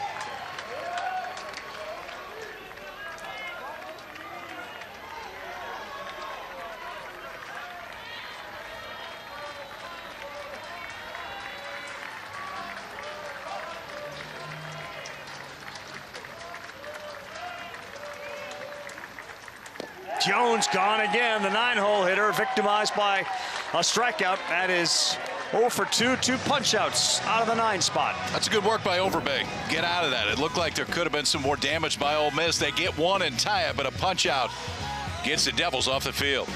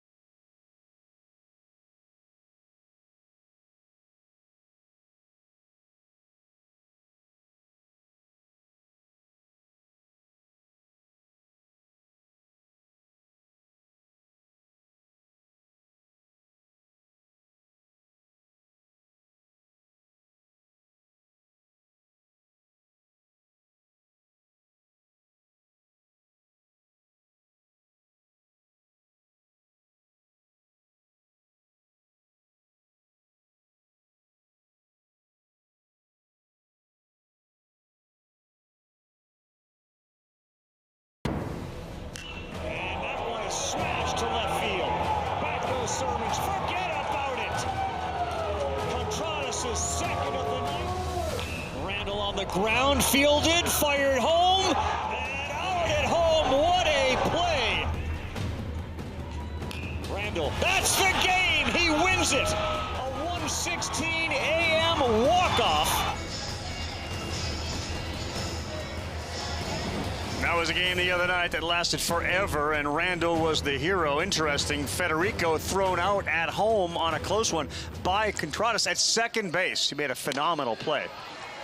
And as a result, they got the leg up on the Arizona State Sun Devils. The 3 seed here, Ole Miss the 2 seed, the 1 is gone already. And yeah, you can start to look ahead. Milwaukee and the Auburn UCF winner will be what the super is. There's a real good chance if Auburn gets beaten here, KP, that one of these two is going to host, right? If Auburn loses. Yeah, it would depend on UCF. I think if Ole Miss wins and Auburn doesn't, then Ole Miss would host the super. Okay. If Milwaukee wins, whoever wins this will host. Yeah, Furness has given it a chase. Oh, he was there too. There's a fair amount of warning track here, and that's one of those plays at home he probably makes because you know the surroundings a lot better. You go on the road and just I'm on not dirt. quite sure how much.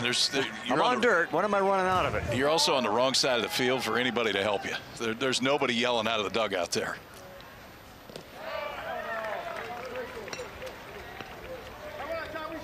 Townsend has gotten ahead here, and obviously coming off an inning in which he struck out Smaldino, Rolig, and Polk.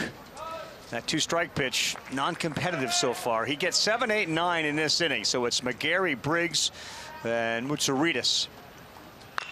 And that's going to be past the shortstop, Pano.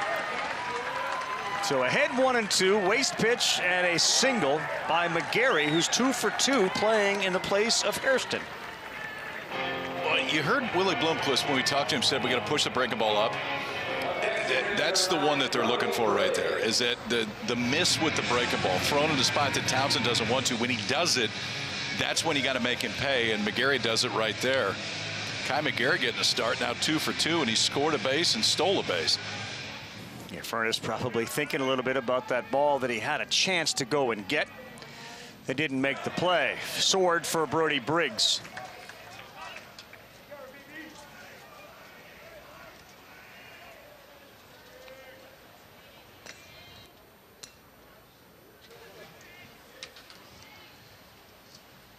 Gary off first. He's the one that now has more hits than Hairston did in the region.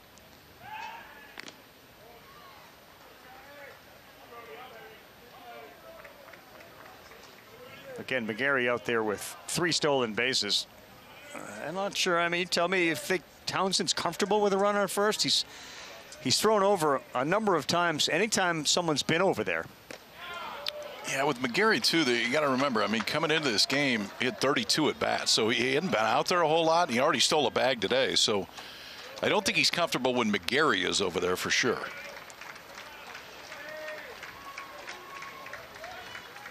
Oh, 2, good look at the lead, and he goes back over to first.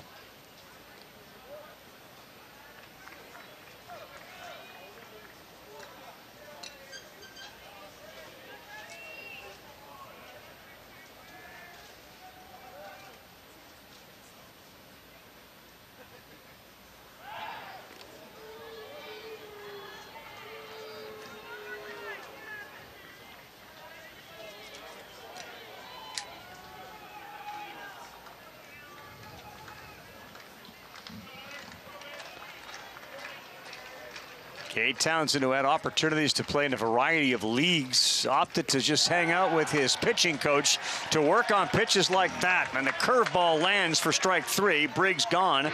And punch out number 7 for Cade Townsend. Yeah, that's one where if you can execute that, you're gonna win. That's outside black that ends up right at the knees by the time it gets there. And you just give up on it the entire time. That's well executed right there.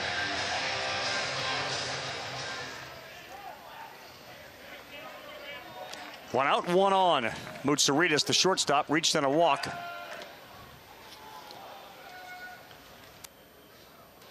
McGarry's doing a great job over there, man. I mean, just he's drawn a ton of throws, but none of them have been particularly close as far as picking him off.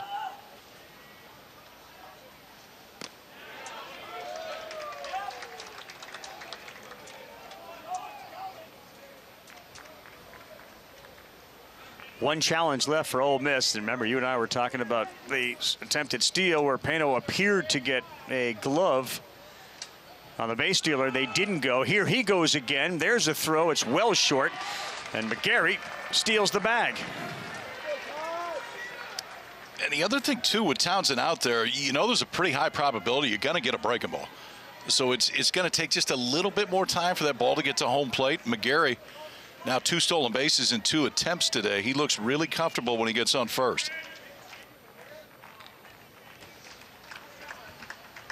P.J. Moutsouridis, the shortstop, with an opportunity to put him up. That ball gets away, and there goes McGarry now to third base.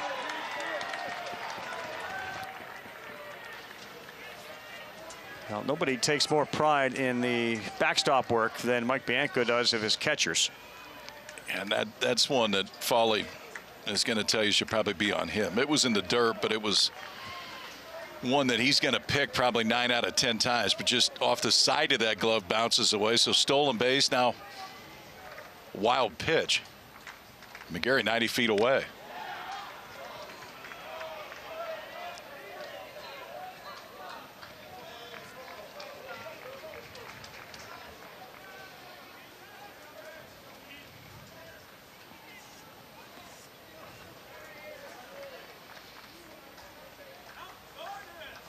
Moutsouridis slowly hit. They got a chance at third base. They'll run him back. And McGarry now goes home. He throws it, and he is safe. Said he got his hand in. Very similar to the Federico play, but McGarry went with his right hand. I don't think so. You can read the lips of Foley. Will they use the review?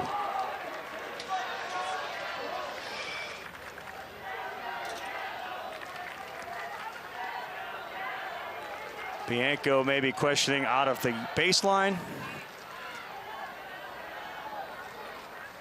And right away says, yes, we want to look at it, which if they fail will be the end of their reviews.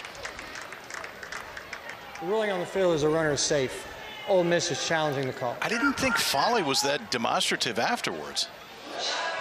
He said, I don't think so. I mean, for me, is usually the telltale sign is whoever's right there, if they're saying absolutely challenge.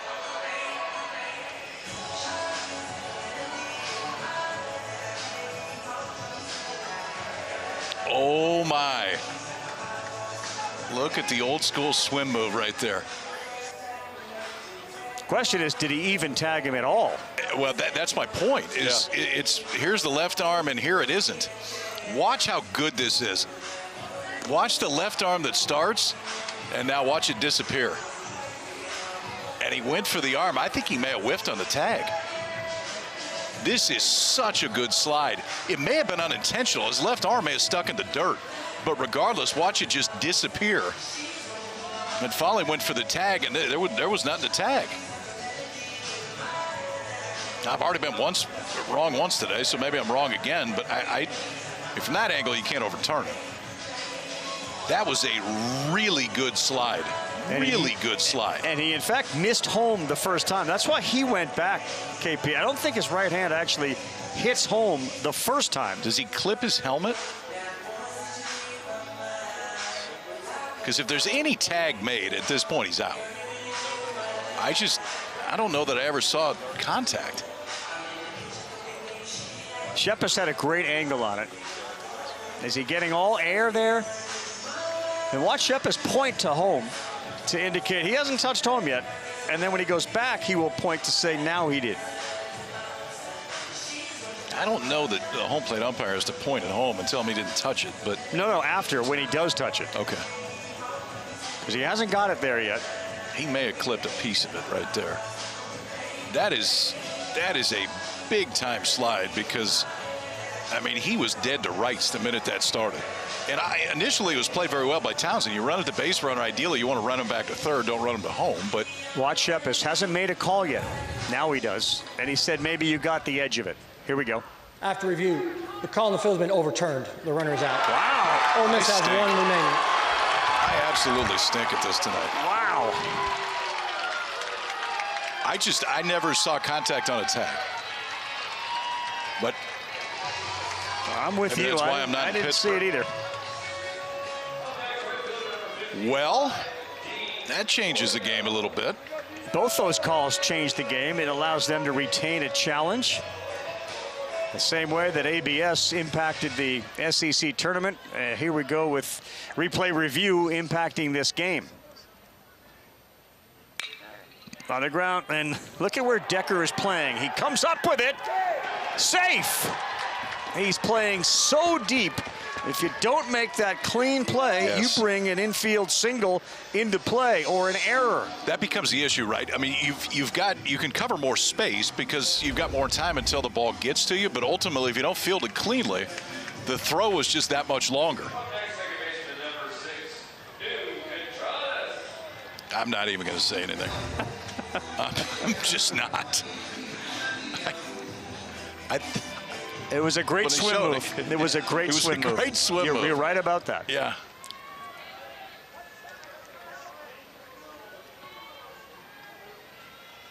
Now here we go again with new Contradas. First and third.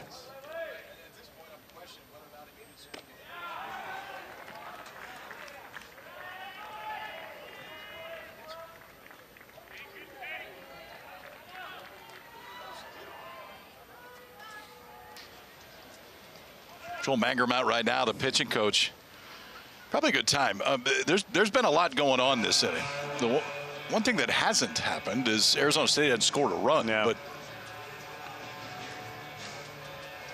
yeah, I'd say for the first 3 2/3, there's been a ton of things going on in this game,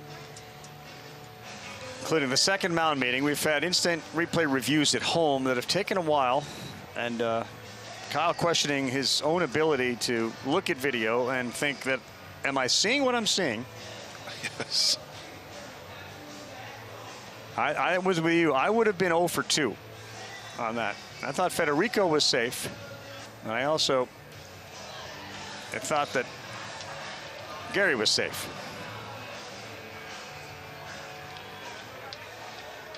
In any event, Contrada struck out his first time up. He's been the hottest hitter in this regional.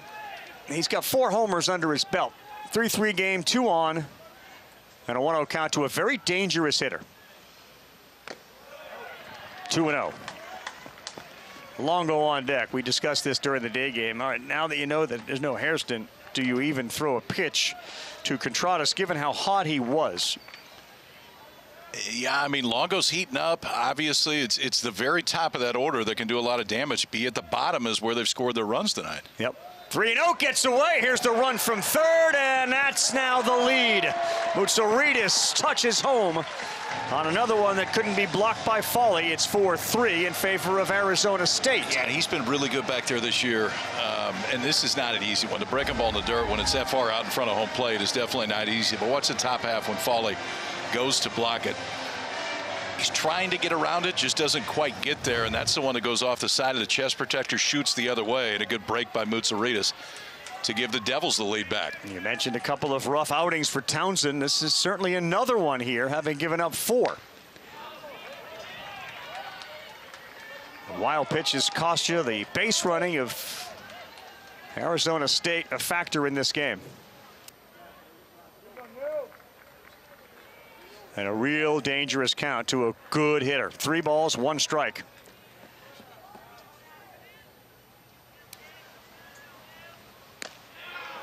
Three and 2.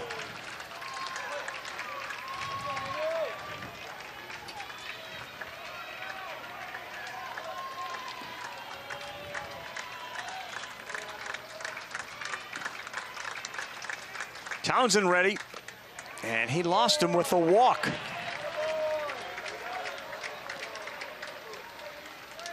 And they're pushing that pitch count up there too, at 83 right now. There's nobody aggressively heating up in that Ole Miss bullpen right now.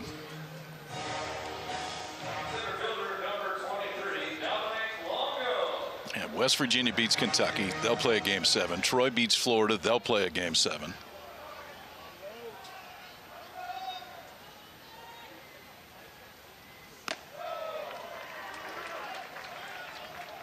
Townsend must have thought long and hard about what this opportunity would mean for him. A chance to get his team into the Supers against a team that already played today. And he has labored through 3 2/3. That's the one I'd lean on, is Ed Cutter. He's controlled it better than any of the others so far. It's just been an issue of not throwing enough strikes or finding something that you can lean on that you know you can throw over the plate. Longo has been great with runners in scoring position, but he looks at another one in there for a strike. And now back-to-back cutters to get him into a plus count. Do you go back-to-back with it? No, I think you can go more spin. Now you can go more swing and miss. The cutter, for me, is more of a strike stealer. The other ones are more swing and miss.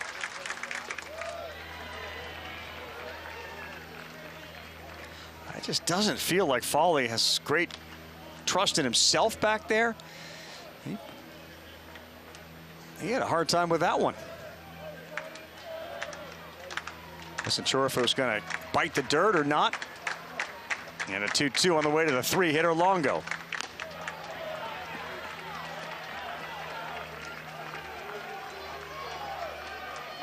I'll tell you, the one thing he hasn't thrown very much is the fastball. He came in throwing about 50% fastballs. I would bet it's closer to 35% or so tonight. 89th pitch.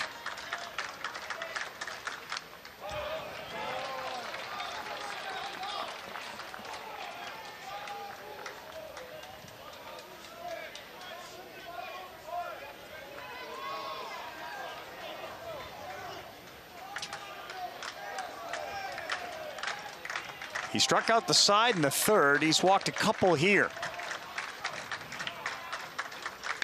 And it is caught. It's short. Owen Pano with a gem. What a catch. That's a pretty special athlete out there, man. That's utilizing all 6'3" of the frame, jumping at the right moment. Pano saved another one right there. He's done that with his glove the weekend. A big swing earlier in the weekend. This time does it with the glove. Full extension for Pano. But the Devils add another one and take the lead back.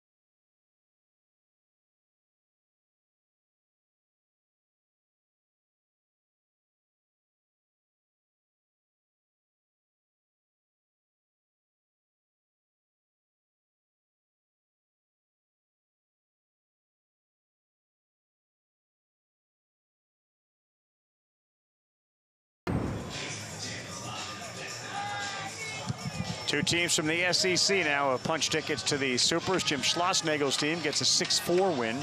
Their offense really good this weekend, and they join the Tar Heels and the Dogs. And they will all be hosts of Super Regionals. With Kyle Peterson, Karl Ravech, it is a 4-3 Arizona State lead.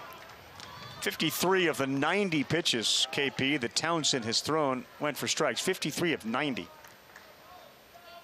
Top of the order, it's Decker. So what are we, just south of 60% overall?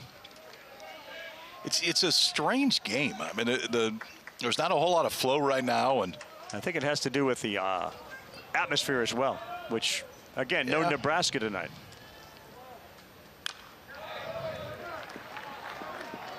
You think about it, you're playing for a chance to go to a super regional, and there's nobody really here rooting for you. The crowd is sparse. There's a lot of empty seats. And these teams have played in big environments. Here, they've played in big environments. That ball is dropped. Frustration for Briggs, who knew he had a strikeout, and he pounds it into the dirt. Yeah, but these are the ones, I mean, you got to create your own environment internally. And you're playing for Arizona State, you're playing for a season. For Ole Miss, you're playing for a chance potentially to host a super. Well, I mean, look, the momentum being your next day's starting pitcher, the momentum in a game is generated by a starting pitcher that throws strikes, has balls put in play, and doesn't deal with a lot of walks.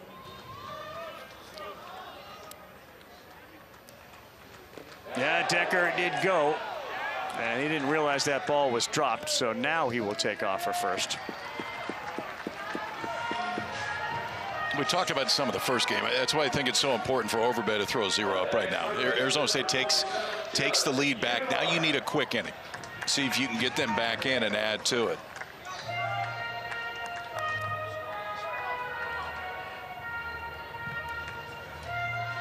Double and a walk. He's been on base twice. This is Judd Udemark.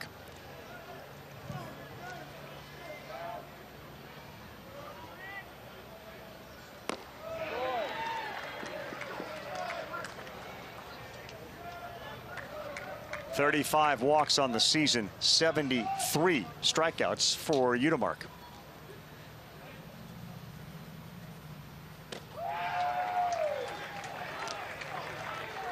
Two good sliders right there from Overbay back to back.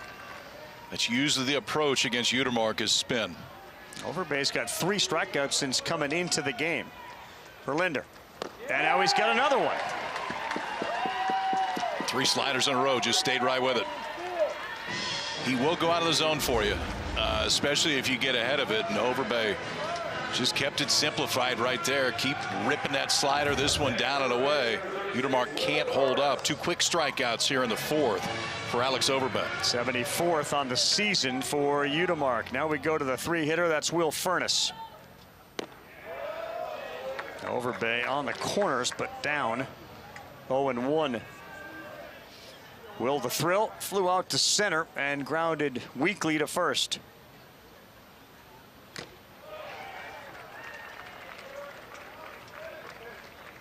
You can see both Udemark and Furnace with that big uppercut swing.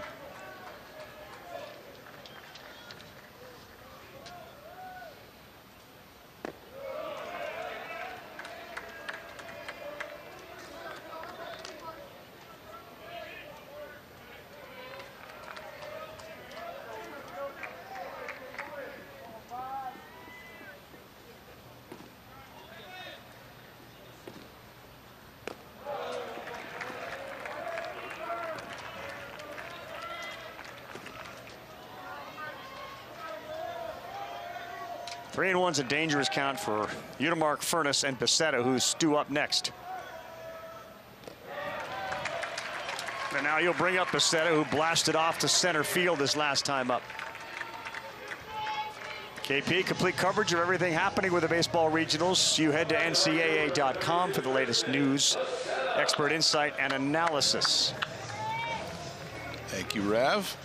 Texas on to the Super.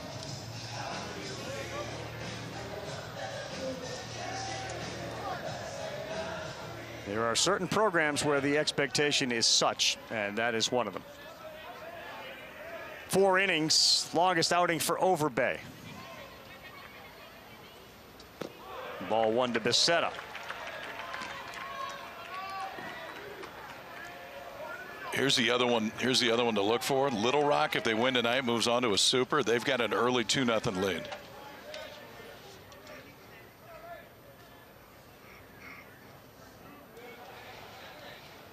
Extra bonus points for you if you can name the mascot. I kind of knew you were going to go there. You said that look. Yeah. Well, when you start a sentence with extra points for you, there's going to be a quiz that follows. It's extra bonus. It's not just bonus points. It's extra bonus points. Arkansas, Little Rock. Hit hard on the ground. A second charity hop out there. I'll let you think about it in the commercial break, but you can't touch anything electronic. Look straight ahead. I'll count us. I got us a break. Don't worry. You focus on this. Yep. I'll tell the world the Devils are up by 1. I'm going to get it.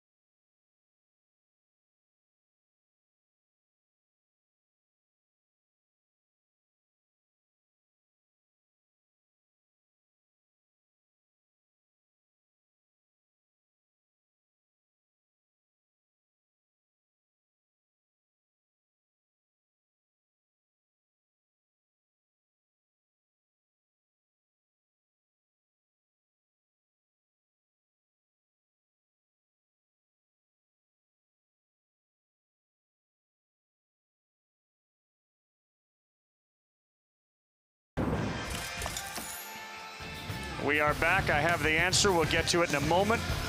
Third inning, Federico out. Upon review, call stands in spite of the protestations of Federico. Ole Miss denied a run.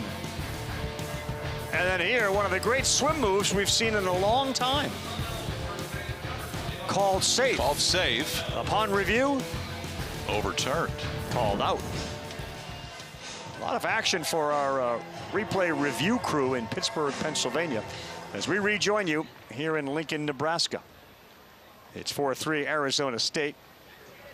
KP and Karl Ravech. And here we go with Smaldino, who looks at a ball down. So you said no electronic equipment. You saw my hands in my pocket.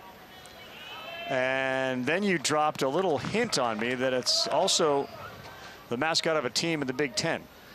Correct. So I immediately went to fight on, fight on. Oh, really? I did. You got there. I'm impressed. Sort of process of elimination. I'm impressed. Is it the Trojans? It is. It is, in fact. I had a lot of things swimming around up there. Extra bonus points. I think you kind of gave it to me. 1-2. Would be the first trip ever to the Supers for Little Rock. Last year they were 2 innings away at LSU. They took ultimately the national champs to Game 7 of the regional.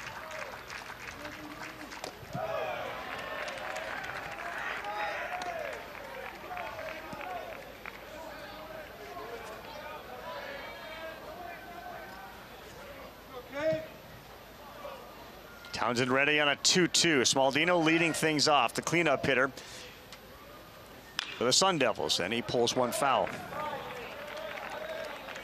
For you as a pitcher, when you had 2 strikes, was the next pitch one that caused you problems, or was it, you know what, I got 2 strikes, I'm good, I'm going to do anything I want? Because it feels like many pitchers today tend to waste that 2-strike, the first 2-strike pitch. Well, I think what guys do more now is they hunt the strikeout, and you didn't hunt the strikeout as much. Well, I didn't, just because I was more sinker, changeup, slider guy, so I just didn't hunt the swing and miss as much. Now they really hunt the swing and miss. You find yourselves in situations like this. A 3-2 popped up high in the air. On the infield, Decker is back, and he's there to make the play. And it's funny, every time we do a game, no matter who's calling the game, if it's got pace to it, oftentimes the game will end and the pitcher will be asked, you know, what'd you do? Pounded the strike zone. Yeah. I Let him hit it. I mean, listen, there is a reason. We both saw Auburn this year. There's a reason that Auburn is one of the best pitching staffs in the country. They don't throw many balls. Stuff's good, don't get me wrong, but they are ahead a ton. Hitters chase more when they're in down counts.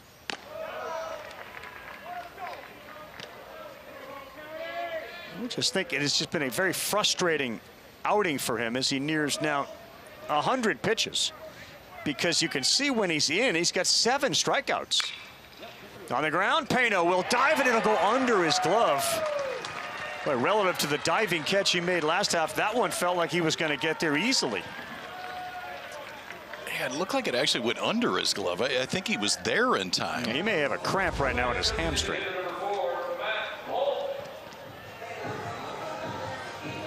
Arizona State's offensive approach has been very good, though.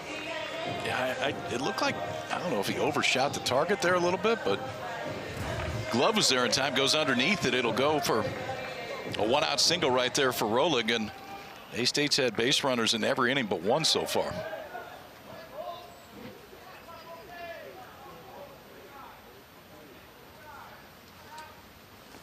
#100th pitch, good job of hitting there by Rolig, goes the other way. Quickly in to get it, it's Becerra. But the Sun Devils are banging it around, and they now have 2 on with 1 out. Good approach right there. You got the whole right side of the infield essentially inviting you to hit it there. And Matthew Polk accepted the invitation. Fastball away from him. Elevated, come in at 94.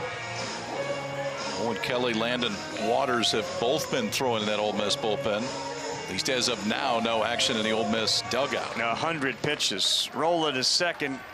And that was a great job by Polk to go through the vacated right side. And now McGarry, who's really stepped into this role here for Hairston and done well. Great throw to get Federico at home, and a couple of singles and 2 stolen bases tonight. Been a difference maker.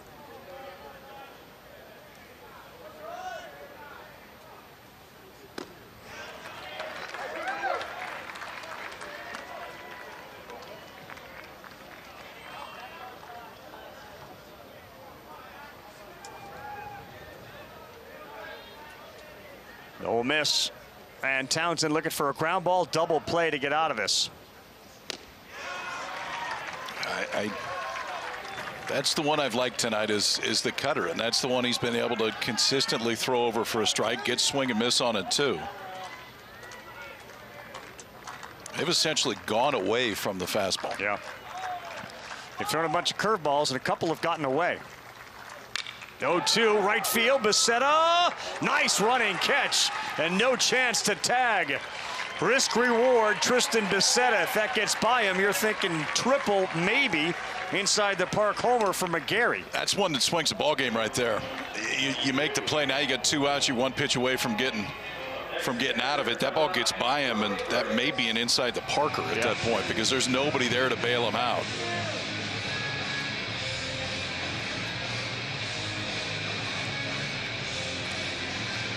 Really good play by the right fielder, Tristan Becerra. So 2 down, 2 on, at 103 pitches. Ball 1 to the catcher, Brody Briggs.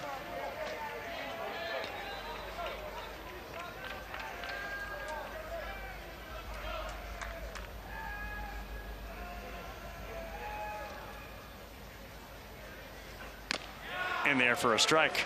3 of the 4 runs scored by ASU tonight have been by McGarry, Briggs, and Moutsouridis. The other was Toigo's home run to lead the game off.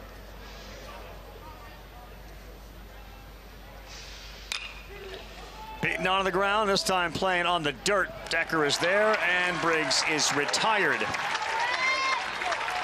We'll see if that was the last for Townsend. We go bottom 5, 5, 6, 7 coming up when we come back.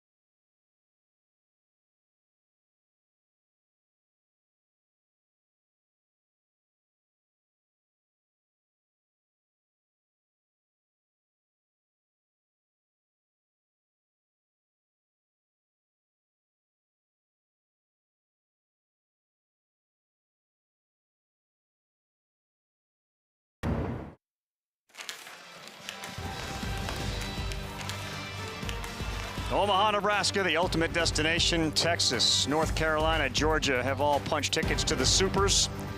You mentioned Arkansas Little Rock getting close. They were close against that guy's team last year, Jay Johnson. They ultimately hoisted the trophy. Who will do it this year? We start June 12th in Omaha.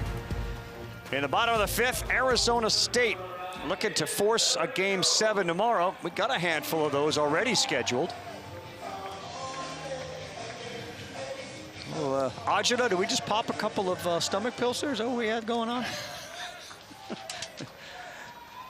Down a run, Overbay, whose longest outing is 4 innings, is back, and he gets ahead with a strike.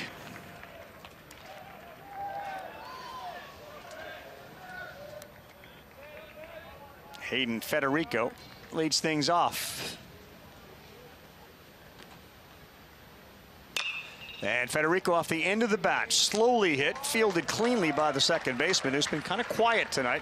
Contreras, we haven't heard his name be called very often. The last couple of ground balls have been in his glove. Yes, it is the home of MLB.TV. ESPN is the place to go where you can catch every out-of-market game all season long. You're home for baseball, Major League Baseball, anytime, anywhere, MLB.TV. Now Pano.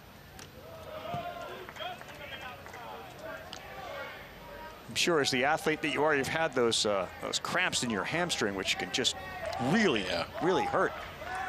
You have the closing speed that I do, Rav. It happens pretty regularly. Yes, so you're used to getting those things. And how do you handle them? Bananas. That's what my mom always told me. Just eat more potassium. Let's get some banana in us. KP with a little introduction to the food of Lincoln today, to the booth. Yeah, you got the trifecta. You got a little Casey's pizza. You got some Valentino's pizza. You got a Fairview hot dog. Fairberry, I'm sorry. It had a little berry color to it, didn't it? Oh yeah, that's a Lincoln staple now. Fairberry not too far away.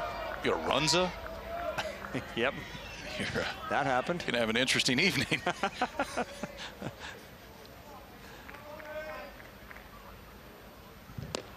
Big swing and a miss. And this kid's been good. He's been really good.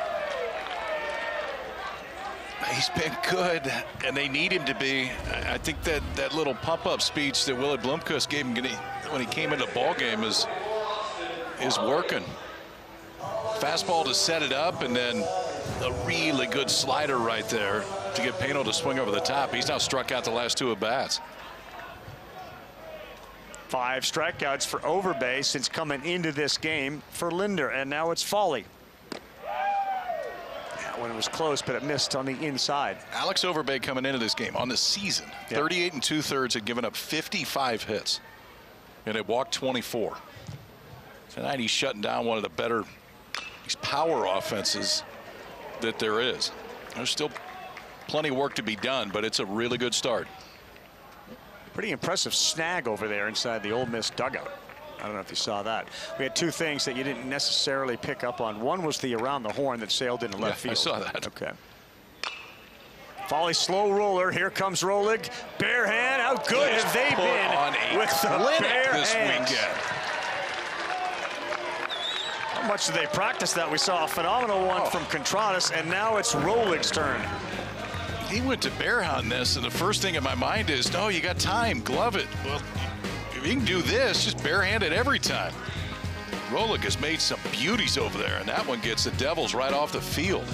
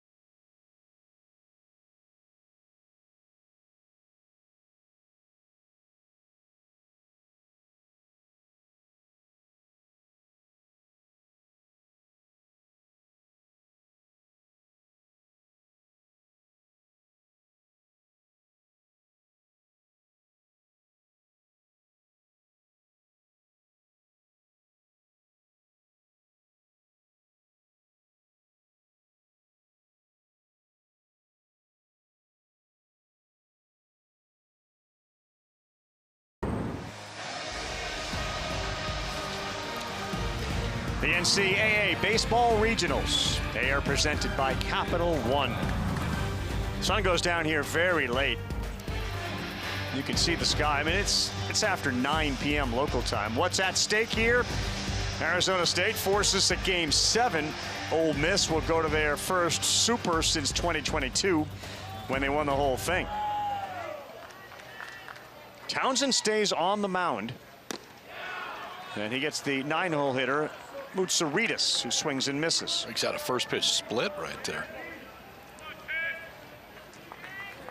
Ho-hum on that defense that we're seeing from Arizona State. Just a phenomenal play at third base. Yeah, they flashed it all weekend. I mean, that'll make you a little bit more comfortable when you're standing on the mound when you see that ball hit into the grass.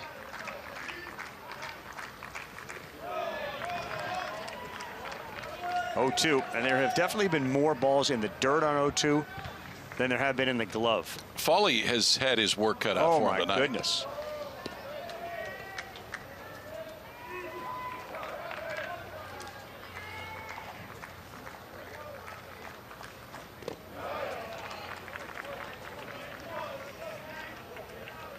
Yeah, 0-2 to 2-2 on two that are you're just never going to get swings on. The misses with that curveball, and that's what it, when it's right, it is. I mean, it is filthy good. But the ability to throw it in the zone or at least close enough to get swings has just been really inconsistent tonight. 2-2 out of play.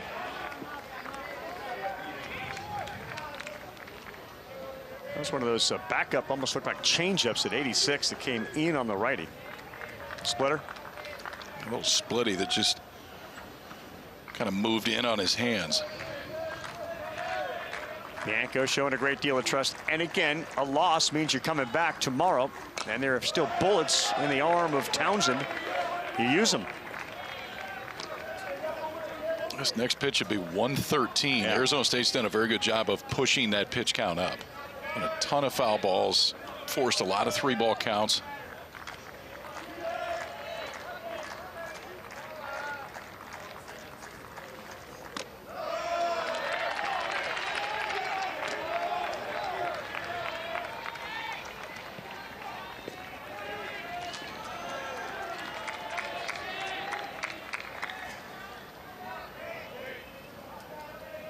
Toigo is the on-deck hitter.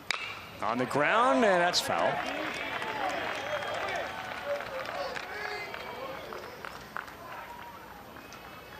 The ball disappeared underneath the padding over there. You got a couple of kids wondering where in the world did the ball go? And there you go. Oh, you got it. Patience. Oklahoma forces a Game 7 in Atlanta against Georgia Tech. And Kansas moves on. Kansas moves on, as does Moutsouridis with another walk. 5th of the game. 6th of the game, I believe. And I think you go get him now, don't you think? I would. I mean, it was 0-2. I've seen that a lot. 5th walk. But he had walked 17 all year coming in. The control numbers have been very good for Townsend. Yeah, Mike Bianco is thinking along the same lines that you are. 5 walks, 115 pitches. And it would be described as laborious. It was laborious tonight, laborious. He had 1-1-2-3 in him when he struck out the side in the 3rd. But other than that, there was just continuous traffic tonight. And some of it self-induced.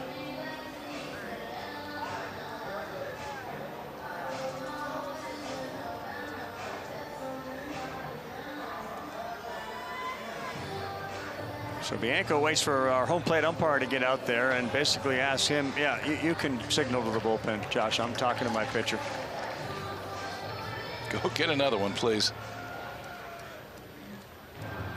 We'll take a break. The night is over for Townsend.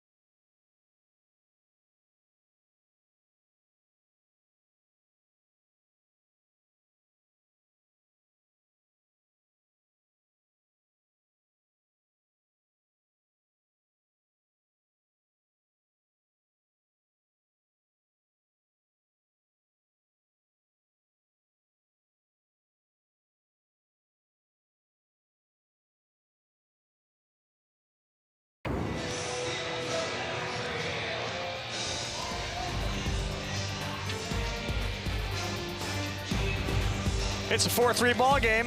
If Ole Miss wins, they go to the Supers. It's Kyle Peterson, Karl Ravech. We talked about it after we saw that great play at third by Rolig. But let's talk about some, not glove work, but bare hand web gems from ASU. Yeah, they've given us a few opportunities. Hello, New. That was a play you don't see a second baseman have to make very often, especially where he came from. And then I couldn't believe that he went bare hand right here, but that was perfect. Austin Rolig over at third base. You could see the reaction. Smaldino over at first on that. That defense has made a big difference for Arizona State tonight. The offense has forced Ole Miss to go to the bullpen. Will Libbert, the left-hander, on. Sophomore, mid-90s guy, fastball, cutter, slider combination. The ERA inflated this year, as are the hits to innings pitched. The swing and miss is pretty good, but that's a lot of base runners in 44 innings. Did you go like hello New for hello Newman? Or did you not even think of that? It never crossed my mind. Okay. No, but but yes, I did. Very creative. And now here's Toigo, left on left. And Libbert's first move is to go over to first base.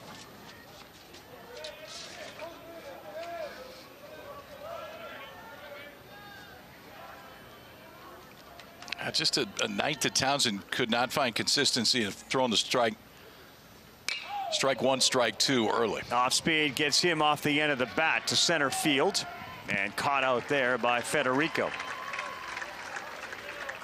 I mean, you saw glimpses of why he's expected to go so high in the draft, which you didn't see as consistency. And when he's been at his best this year, the consistency has absolutely been there.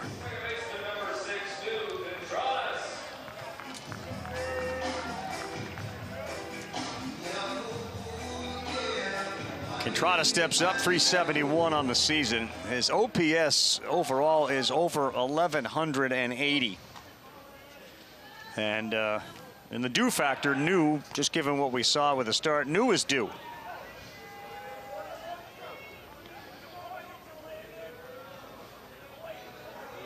Equal opportunity destroyer of lefties and righties.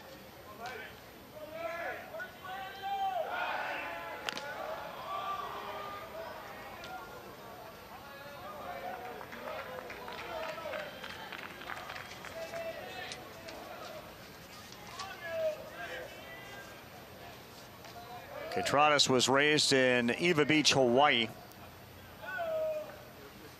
where, of course, they play baseball year-round. And it's been a Little League superpower, that Eva Beach program. New had his eye on Arizona State for a while. It's been that way from Arizona State as well. And that one is inside from Libbert. 2-0. Yeah, Willie Bloomquist just he can't say enough good things about New Contradas. And we've seen the baseball side of it come out over the last 3 days, but the leadership side is what Willett really goes to first. Bends one in there for a strike. They take a great deal of pride in who the captains of the team are, and a unanimous captain was this guy right here, partly because of his attitude about the injuries that he dealt with. He never really had a down day, and Bloomquist knows when he's in the lineup, this team can beat anybody because he's capable of carrying a team.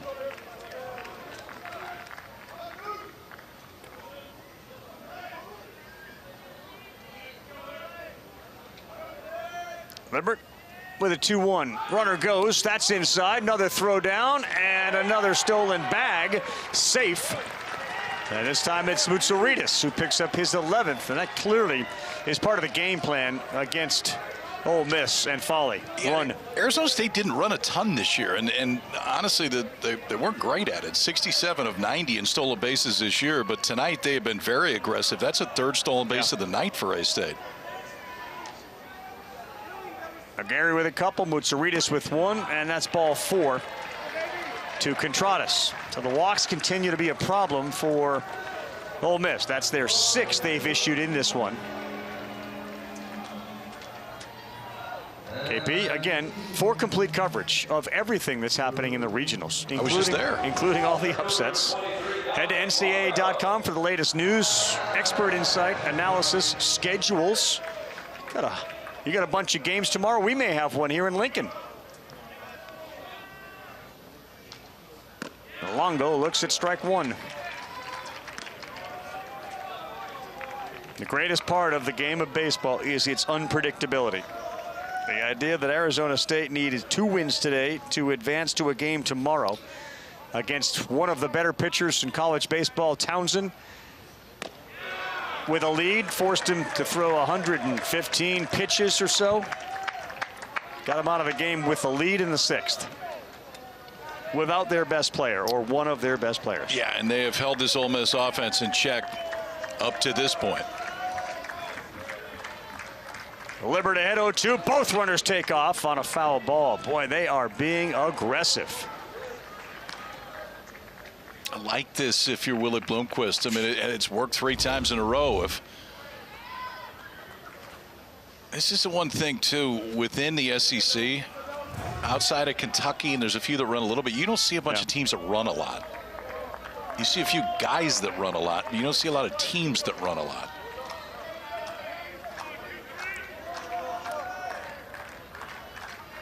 Not this time.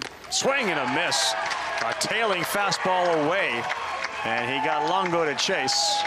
Looks like that's a big out with these runners being aggressive. The first punch out now for Libbert. That's a big spot to get one right there, too. 96 and elevated right here for Libbert. There's plenty of get up on that fastball. And for Longo, you start the hands on that one. You may got a chance to foul it off. You're not going to do anything with it. That time swung right through it. Another dangerous and hot hitter, Dominic Smaldino.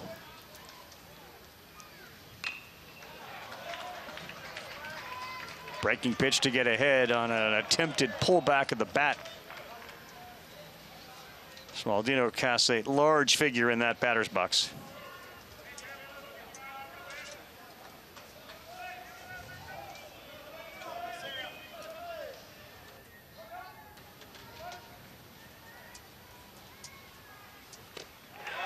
That pitch has been very effective, man. That just moves away from the right-handed hitter.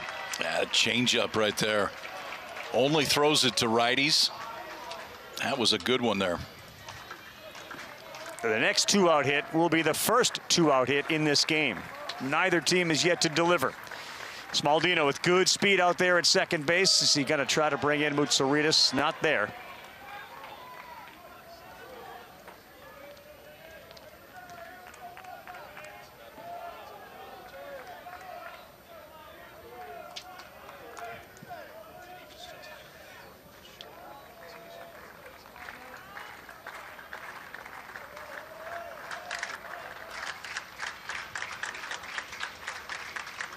Swing and a miss. They're going to have to go to first with it. They're going to have to go quick. And they do get it.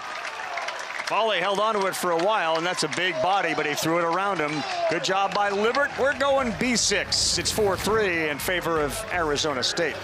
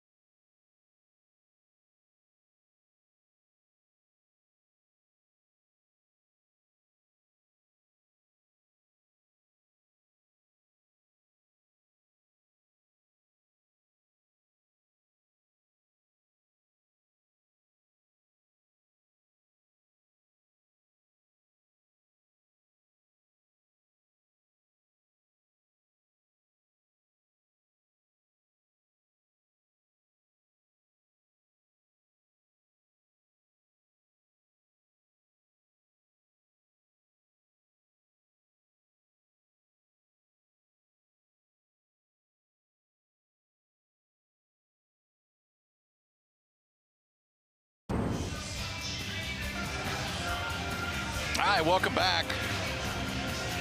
This was the discussion that Willie Bloomquist had when Alex Overbay came in. And while we can't see exactly what was said, I think some of it was that this is the night you got a chance to really take this ball club and put him on your back. And he's done that since he's come in. The numbers would indicate, you weren't quite sure if he would, because the numbers coming in to tonight were not great for Overbay. They have been tonight.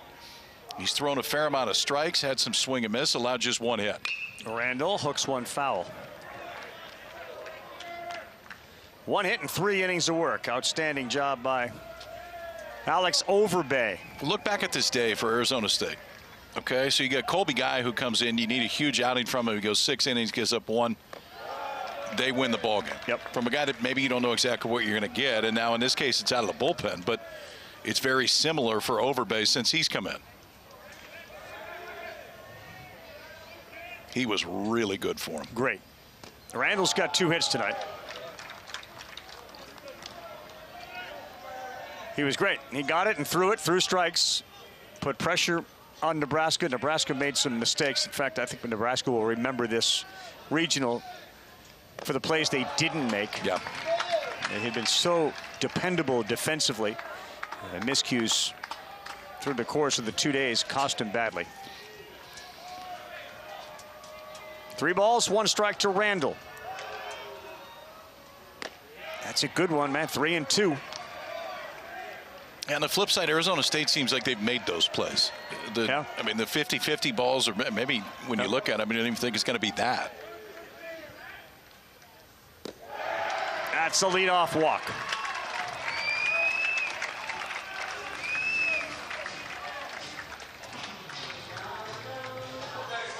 I wonder what the most number of game 7s have been in a particular season, because we're starting to pile them up. Milwaukee and Auburn have game 6 tonight. Yeah. I don't know if we've ever got to double digits.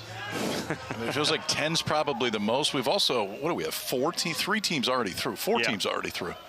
Carolina, Kansas, Texas, Georgia. Topher Jones, man, they have just pounded the strike zone against him. He's got 2 strikeouts. He hits in the 9 spots, playing left field.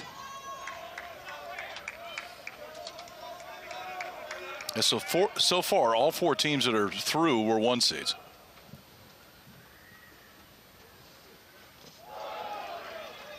That percentage is only going to go down. Yeah.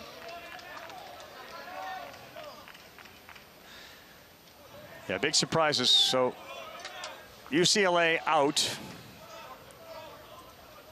The number 1 seed didn't make it the last couple of years to Omaha, right? Vanderbilt last year and UCLA this year. Randall goes, no throw down. In your pocket. That one was stolen off of Overbay. Randall had him timed up, had a perfect jump. 5th stolen base for Randall to get into scoring position.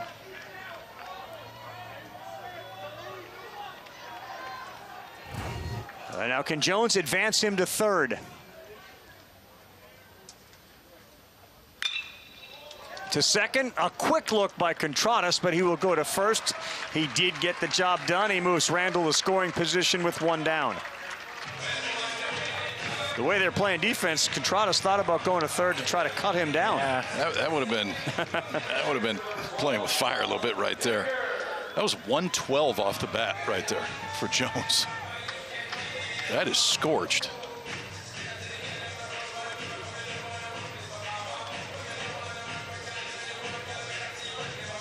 Looks like Willie Bloomquist is going to play the numbers game here. Well, the speech worked, whatever it was. For sure did. Overbay was great.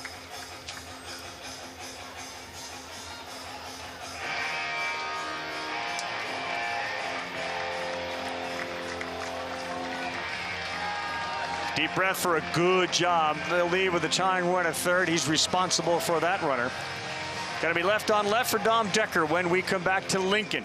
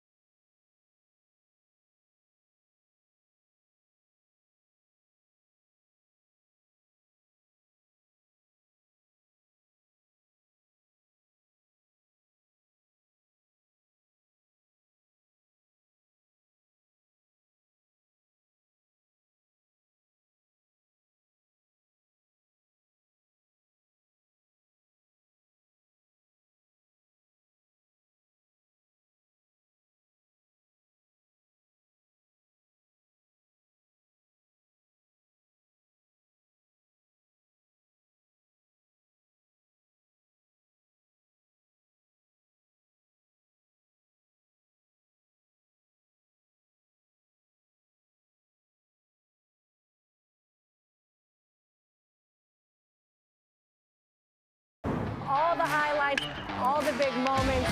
Get a chance to have some big-time fireworks. 6 to 8 games on the screen at one time. You're going to be locked in for that. The season on the line. Hashtag squeeze play. Send us some tweets. Maybe we'll put you on the social wall. The storybook season will continue.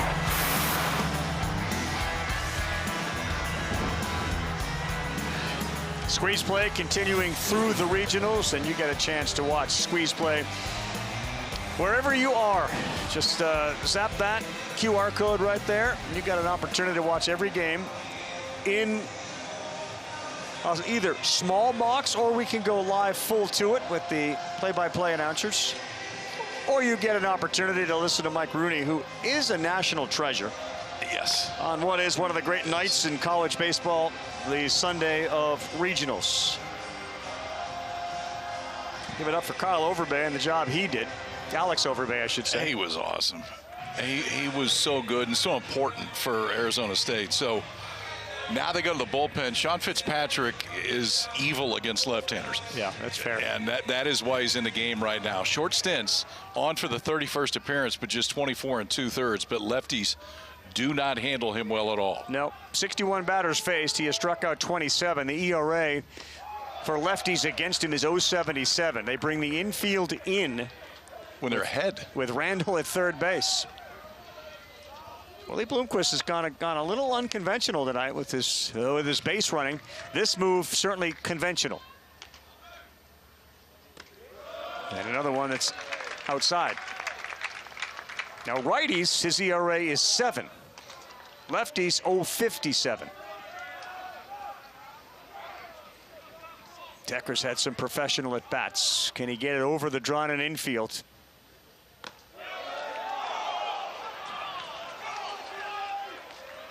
It is basically just fastball slider. And to left-handers this year, it's over 60% slider.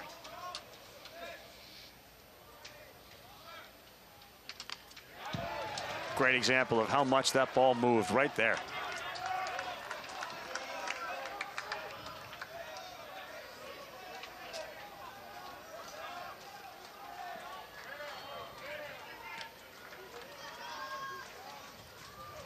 '31st game for Sean Fitzpatrick, 22-year-old.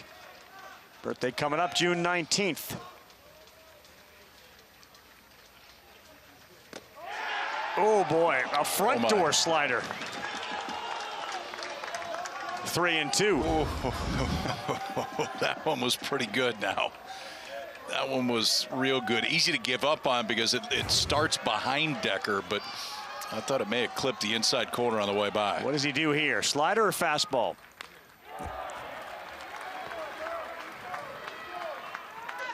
Boy, that is just filthy. It does. It starts on the backside of Decker and ends up on the outside corner. A lot of batters will move up on the plate to try to cut off some of that.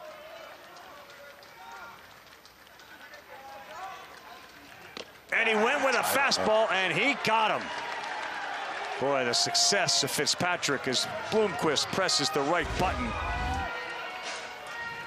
So you got to gear up for that slider that's moving so much away from the left-hander. Then he comes back and goes 92, and that was doing the exact opposite. You could see Decker try to pull those hands in, just trying to get some piece of the barrel to it.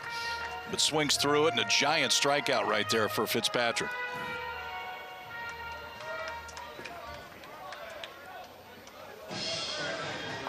The intentional walk to Udemark, which makes great sense because of the numbers we've shared. And of course, that brings up the lefty in Will Furnace.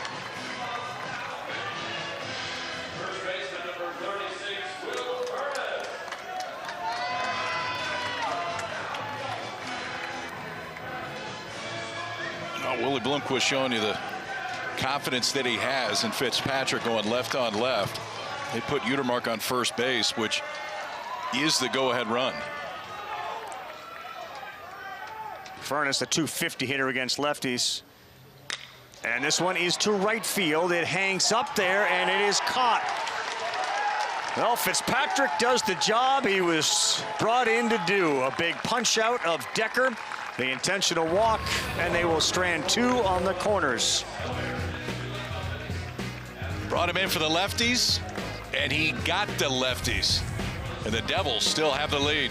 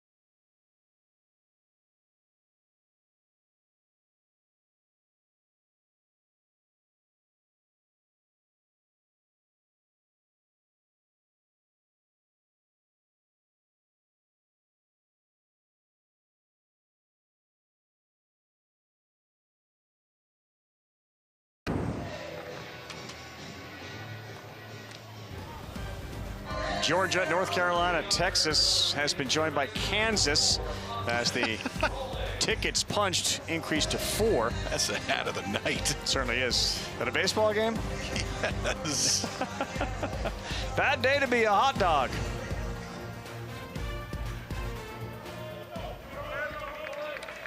That's a great hat. You find me one of those. You go wearing ahead that and on the grab course? one. Yeah. Oh, yeah. Bad day to be a slice of pizza. That's a good hat. Oklahoma State has come back, tied it up with Alabama late. Oklahoma State needs to win to get to a game 7. Good one late out in Eugene. Oregon State. Yeah. Civil War in baseball.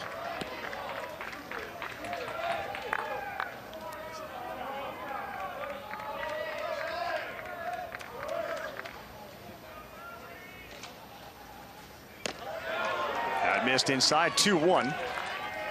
As Rolig leads things off, he struck out twice and then delivered a single, got stranded at second. That was back in the 5th inning. Lefty Will Libbert, he came in and picked up 2 strikeouts.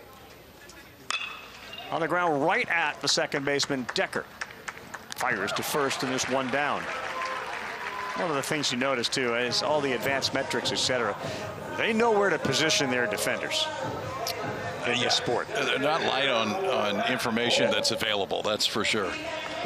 What's always, and it's kind of confusing to some people, is you can have an infield play totally different than an outfield. Just because the spray chart is telling you, okay, he's pull sign on the infield for sure, but it's straight away in the outfield.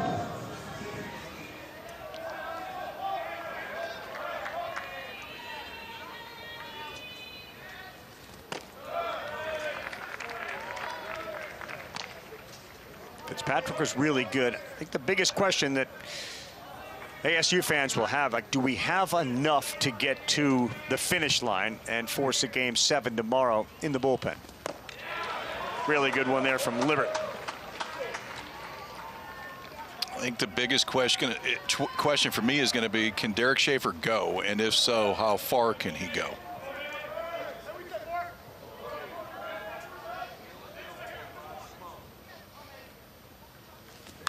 Right back off of Libbert. They got a chance here, though. And the out is made by Decker. You probably got him in the right part of the body, but they're going to go check on him anyway. And he gives the thumbs up. And that doesn't stop the trainer or Mike Bianco from coming out.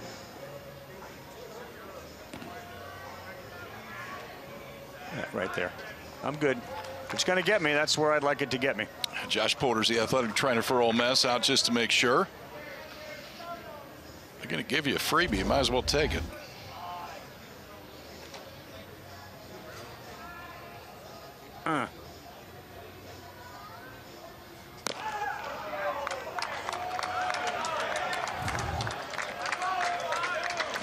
just went full exposure with the backside there, KP. That's a trade you make every time. They landed it. Gonna get an out of that. I'll take that trade. Bad day to be a hot dog. Sure was in this booth.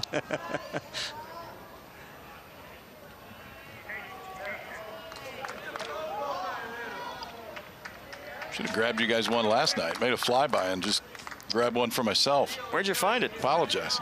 It's just outside the booth. Just laying around. Yeah.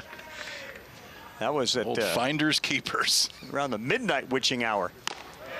First pitch close, but it's called inside as Libert deals with McGarry, who's certainly had an impact in this game. With no Hairston, one of the best players in the country, who was ejected for flipping his bat up in the air after getting punched out in the first game. McGarry has come in and played really well in the field. He's reached a couple of times. He stole a couple of bases. And he has scored a run. Florida State. They stay alive. They will have to beat St. John's twice. That whole thing got pushed back. So 2 wins today for Florida State. They'll need 2 tomorrow to advance.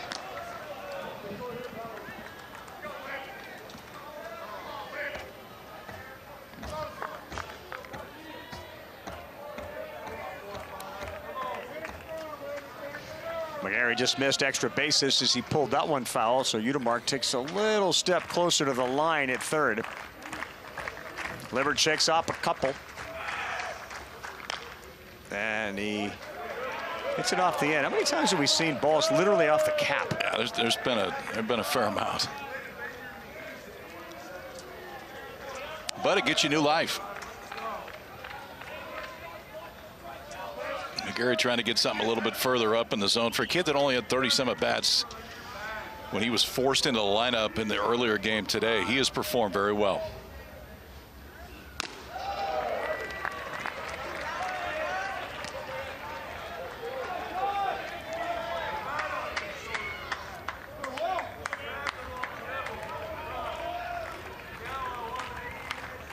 Plenty of room out there in right center field with Federico shaded towards left on a 2-2. Pulls it in the hole, fielded by Udemark, who will fire to first, and that will do it in the top of the 7th inning. 3 ground ball outs, 1 aided by the backside of Libert. Bottom 7 coming up, part of the order when we come back, and it is a bad day to be a dog.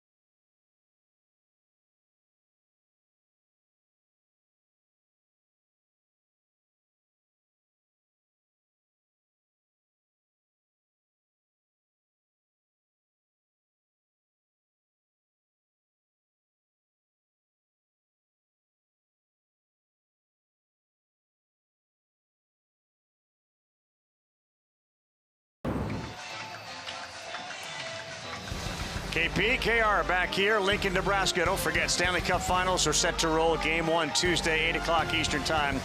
In the season of championships on the worldwide leader, the NHL. Knights, Canes to kick things off Tuesday at 8. And then Wednesday, NBA Finals begin. The Fighting Wembanyamas take on the New York Knicks. A very anticipated NBA Finals. Game 1 Wednesday, 8:30 on ABC. That first pitch from Fitzpatrick is up. It's ball one. You know, back in the day in the major leagues, they had these guys called loogies, the left-handed one-out guys. What? Remember loogies? Yeah. Okay. I didn't know they were pitchers, but yeah. Oh, yeah. Left-handed, one-out guys. And think about, remember Mike Myers? I played with him. Well, he was a loogie. Yeah. Threw from way down under, left side. Jesse Orozco was on the list. I think Randy Choate was probably considered a loogie. That one hit him, and that's a bad spot to get hit. Instead of shaking his wrist. That is an owie. That one hurts.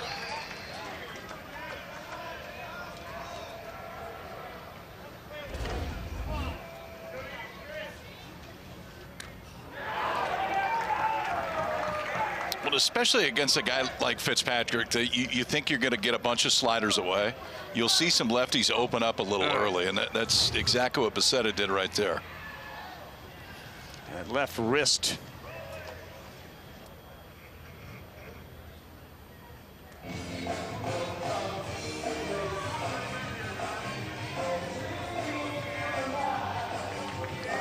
Now, it's a bit of a mistake there for Fitzpatrick to hit a lefty, and now you are dealing with Hayden Federico, who's been warm.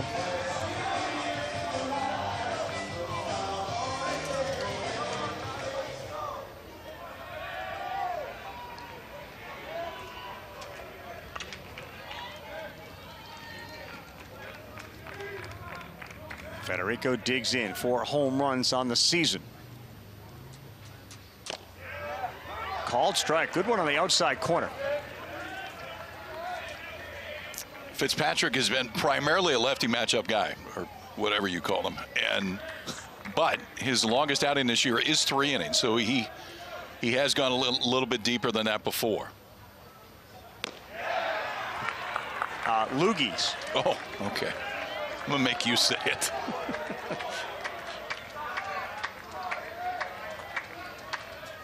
Federico takes a little walk around after falling behind 0-2. That slider starts in the left-hander's batter's box. He did not chase the fastball up and away.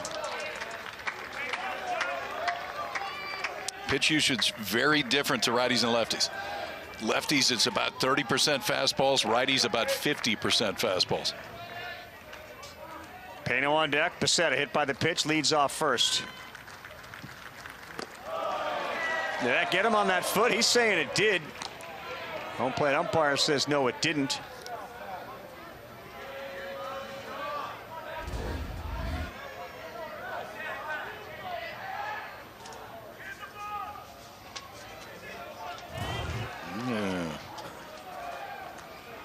I'm going to say no. Was it Becerra who tried on that foul ball off No, it the was foot? Furness. Furness, that's right. That's why in the old days where like everybody, old days like when I played, where most people just wore black shoes and you always had them polished. So it was easy for an umpire to figure out if the ball hit your foot or not because you look at the baseball. And if it's got any black on it, then yes. And if not, you go to first. See, hitters, you're costing yourself hit by pitches sometimes. Those do look a little bit better, though, than mine did. The next one from Fitzpatrick on a 2-2. 3-2. And against that righty, man, that is a hard one to get on that back foot.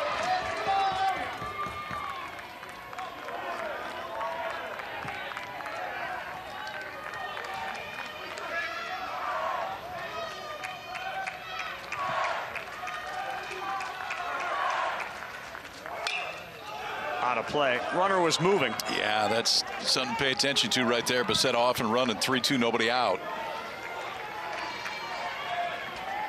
See if Mike Clement puts him in motion again. When he was just a little boy, Federico would stay at home with his mom while Dad, Mike, was coaching at Memphis. And he was so young, he didn't really know what baseball games were on TV. He thought it was Memphis, but it turned out it was the Braves, the Cubs, the White Sox. The sound was off. They had the radio on, the Memphis games, and he was watching the major league games. And this kid is growing up around baseball, given his dad's coaching. But Hayden, for a long time, thought he was actually watching his dad and Memphis on TV. That's a fun little trick to play for a while. They got him picked off. Great job by Fitzpatrick and Meat. That is huge.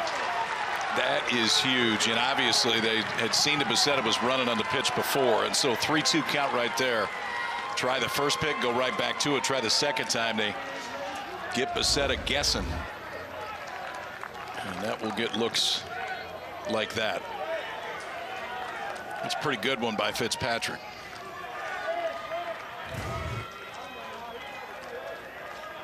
Just his second pick off of the year.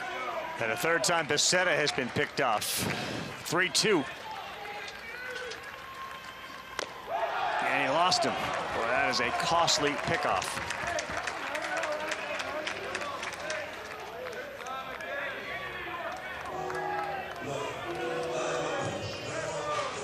But another lefty, Payno, coming up. And Austin Foley, the right-handed hitting catcher, on deck. Is there an approach, KP, other than moving up with a guy that throws such a nasty slider for a left-handed hitter in his approach against a guy like Fitzpatrick?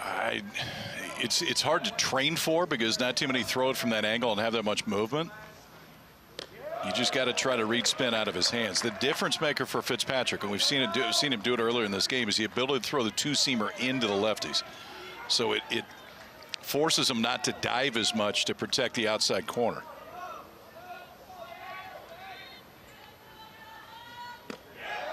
Just froze. It's hard to convince yourself to pull the trigger on that. Furness put a good swing on it when he was up there. Just hit it right at somebody. That time you could tell Payno was not that comfortable with it. Perfect Game had him as the number 24 overall prospect in the country, talking about Payno, and he holds up there.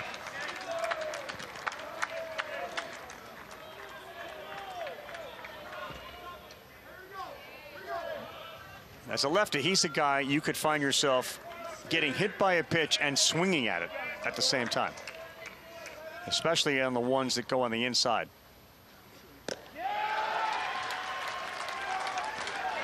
That fastball, I mean, it's got a little movement too, and a little giddy up. That last one at 91, he's been up to 92. It's got that Billy Wagner kind of short arm and gets on you in a hurry.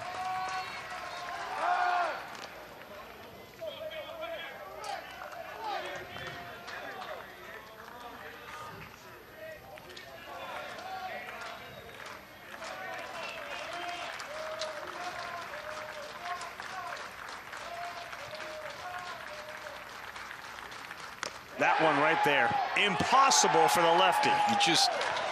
You can't convince yourself that it's going to come back over the plate, and you can almost hear what's going through Payno's head right now. Like there's no way where that started it was going to end up where it did. It's just that little movement right there, and then you watch it come all the way back over, and that caught a bunch of plate too. That wasn't just on the inside corner, that caught plenty. He originally committed to the University of Arkansas. He's a captain under Willie Bloomquist, which shows you how much respect they have for him. And the Fitzmagic slider has worked tonight.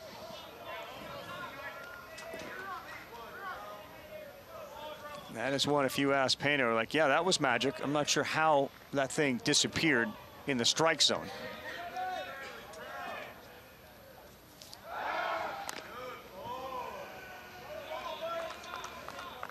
Arizona, KP, 7 outs away from forcing a Game 7. Yeah, I mean, listen, they've really pitched it well tonight. They got enough out of Linder, I would say, and that Overbay was outstanding, and Fitzpatrick's been great since coming in. Strike one to Foley. It just feels like if you're Ole Miss's lineup, you better do damage with right-handers. Yeah. Because I don't think the left-handers are going to.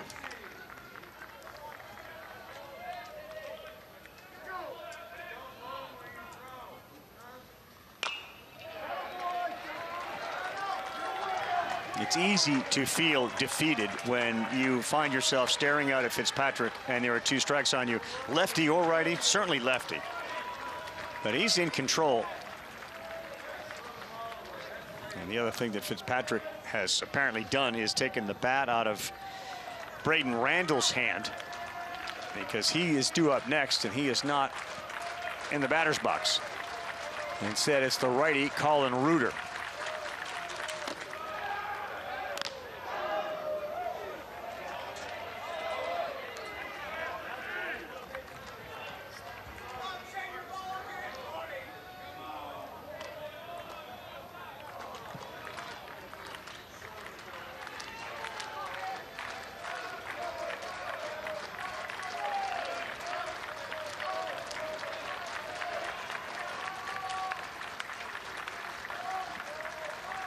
The 1-2 on the way. Fitzpatrick buries it underneath the bat. Good work by Briggs, too. Yeah. Slide over and block that thing and ended up gloving it. And Federico can't advance.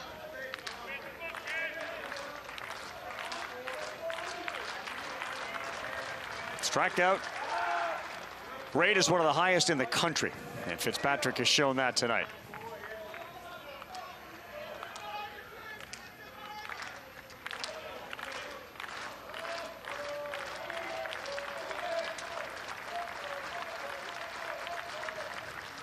Foley lifts one into the corner and left. This one is going to get down off the wall. Rounding third, heading home, and the throw over the cutoff man. We're tied. Austin Foley with a double. It's 4-4. His first hit of the tournament. Talked about it just a minute ago, too. If somebody's going to get him, it's probably going to be a right-hander. It's a slider that comes back in, and Foley puts a really good swing on it. This is 108 off the bat. And if the launch is just a little bit more, it's an Ole Miss lead. But Foley will take it. I think he thought it got it. Yeah. Right when it came off the bat. But it hits off the chain link portion of that fence and just kind of deadens. And with two outs, Federico's running the entire time. Takes a peek at Mike Clement, then puts his head down. Scores easily and ties it up for the Rebels. Federico's having some flashbacks to the two times that he's been thrown out at home. Missed a homer by about 4 feet. That had a little top spin on it. And Fitzpatrick's going to come out of the game.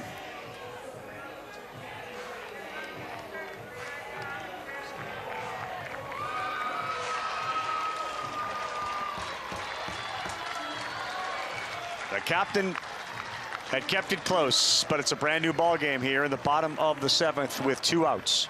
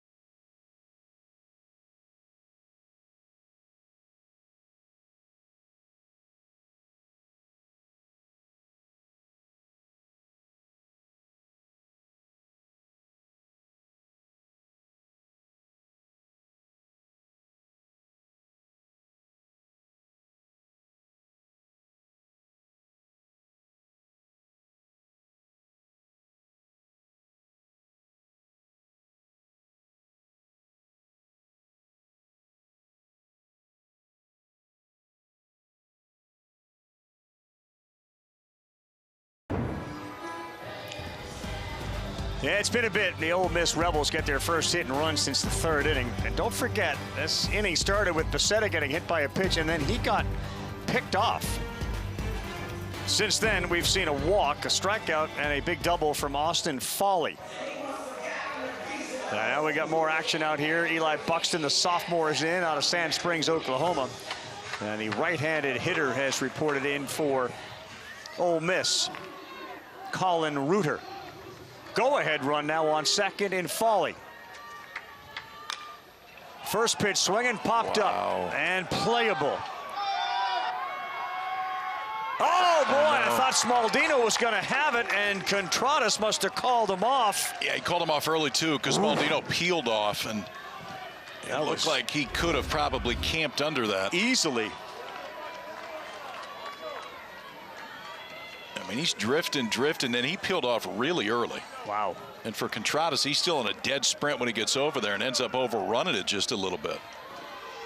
Yeah, the guy that's done everything right defensively. It's not an easy play. He's got a long way to go, but it's definitely a play you can make. Yeah, and those plays in college baseball can come back to hurt you. We saw it last night. And Reuter takes. I can't believe Reuter swung at the first pitch. I ask you, I mean, I was surprised. I mean, Eli Buxton has an 11.4 ERA in 18 appearances. He's walked 13 guys in 15 innings. Now, maybe the idea is go and get a first pitch fastball, go get it, but I guess I would try to force him into the zone if you're Ole Miss.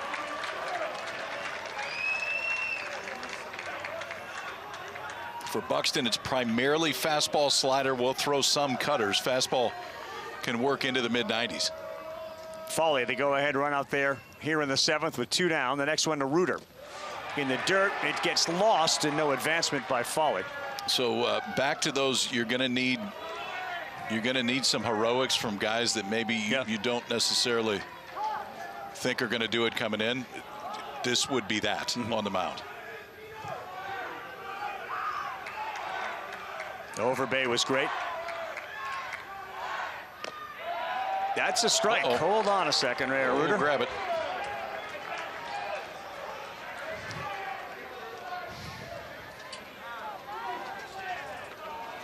Sorry, my bad.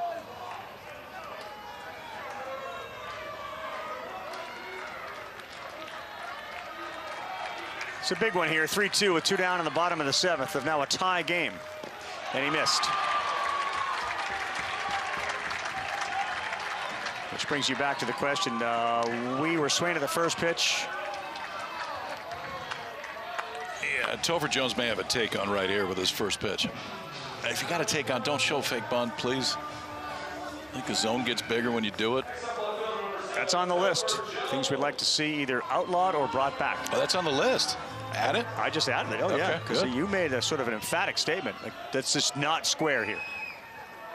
Jones did hit the ball hard his last time up. And he did go for the downs again. And that would have been a called strike. It's a pretty good slider right there from Buxton. He's aggressive, but I was going to say he had struck out his first times up without making any contact. And his last plate appearance, a hard grounder over 100 miles an hour at the second baseman.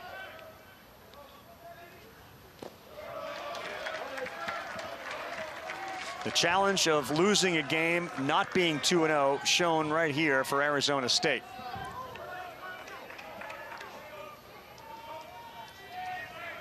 The question was always going to be, can they get to the finish line?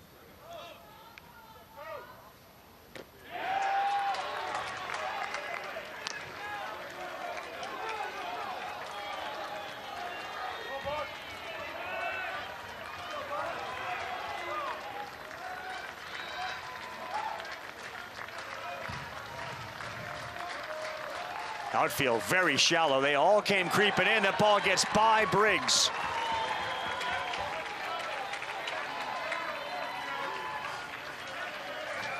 And KP, take a look at where McGarry and Longo are playing in left and center. Topher Jones has actually got pretty good juice. Yeah. I mean, it's not a ton of at-bats this year, but it's 3 home runs. He had a 112-mile-an-hour ground ball early in this game. That's taking a chance right there, but you don't really have to quite yet. The pressure on Briggs, too, behind home plate right now to keep that thing in front. Jones chases in the dirt. He runs to first, and the throw is made, and the out is recorded. All right, Eli. Passed the first test, man. Got him fishing right there. Ole Miss ties it up as we go to the 8th.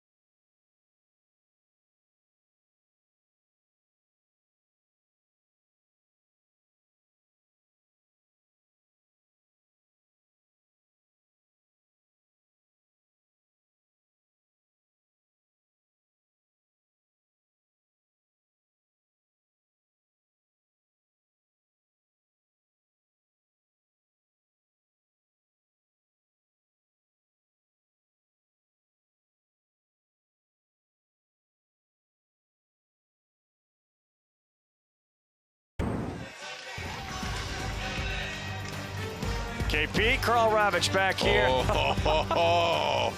That brings a tear to your eye, doesn't it? It sure does, man. The easy exit off the BKP now right into beautiful ballpark. Mighty that is just pretty. We have mighty Suston Williamsport. Got the mighty mist there. Thank you very much, Kevin Clark. Walk right over to Council Bluffs, Rev. Yeah, I know, we do. Daily trek. Morning walks, clear the head. Tradition unlike any other.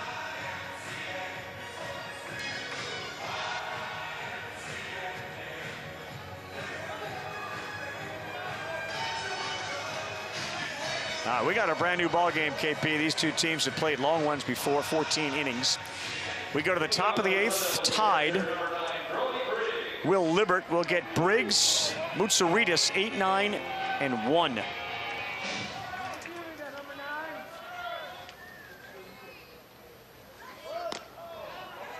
Didn't expand the zone with the fake bunt.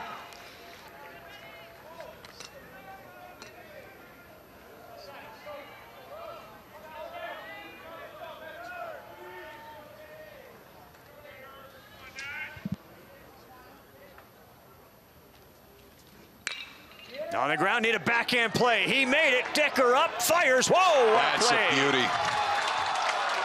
That is a beauty. I mean, that's important at any time when it's the leadoff hitter of the inning. That importance just increases from there. Dom Decker going backhand side, then has plenty of time to pop up. Left on left, first hitter, and pretty good pass at it right there from Briggs. You erase that leadoff runner right there. It changes the complexion of the entire inning, and Decker does it right there. Yeah, belt bust. We had a wardrobe malfunction. Died a hero right there. Yeah, and thanks, Go Randall. Frame that thing. Thanks, Randall, for firing the belt at me. I'm good with a handoff. The thing's got a 94-mile-an-hour two-seamer with the belt right at him. We got a buckle. I don't need that in the old eyeball. Brett Mosley's got in to play center field. Topher out of the game in left. Federico in left. A handful of great defensive plays, and one made there by Dom Decker. Pano comes over, asks if you need a little help putting that thing on. I'm good, thanks. Yeah, please. Personal space.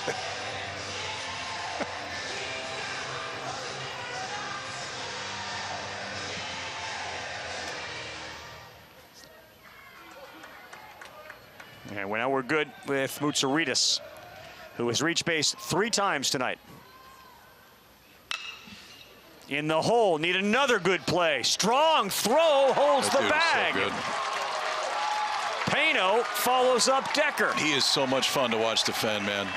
I know that the bat has been inconsistent this year. Had a huge hit for him earlier in this regional, but he can just do it all with a glove, and it doesn't stop with a glove. I mean, it's one thing to get to this. Now you got to make the throw, and the transfer was perfect. He throws off the right foot all the way across his body, and it's always nice to have a 6'5" first baseman that can go get it. But those are, yeah, I think Pano, those are two to circle right there in a row. KP, I think he's feeling it in that hamstring of his, that right leg.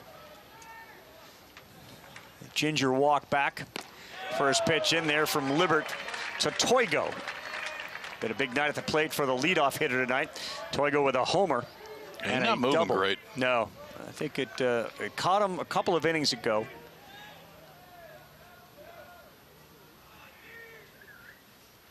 Oh boy, slow one in there to get ahead 0-2.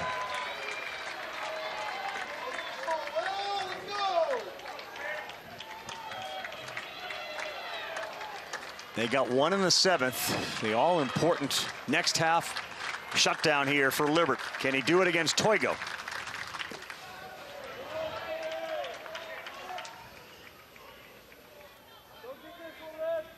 Toigo leads Arizona State in the regional with 7 hits.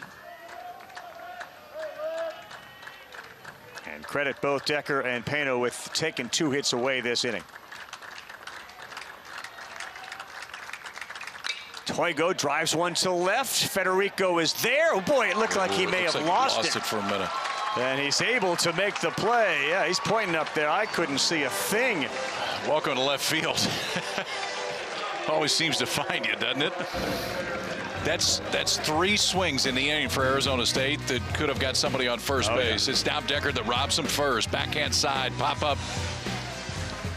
Knocks out the leadoff man. Ends up a 1-2-3-8 in part thanks to this Payno gem.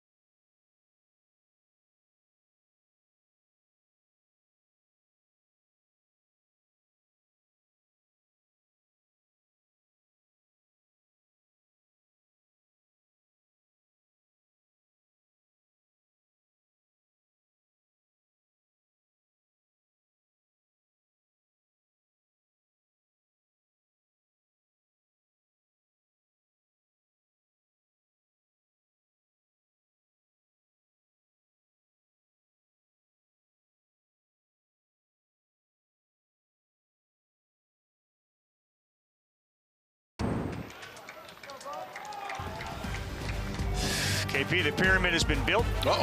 And the game is tied. And that first pitch from Eli Buxton, who bounced off of the bump in the last half, is back out there. And he gets the top of the order for Ole Miss. It's Dom Decker to lead things off.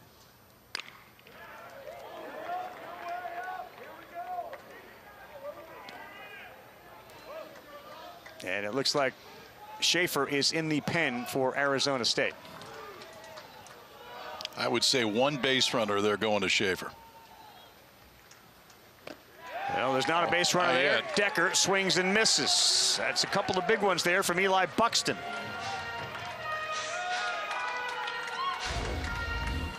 Kid's getting it done so far, man. Slider that has more down than horizontal break, but enough to get it underneath the bat of Dom Decker right there and get that all-important leadoff man out. Derek Schaefer threw 13 pitches in the previous game for Arizona State. A real dangerous hitter right here, and the trust in Buxton to get Udemark.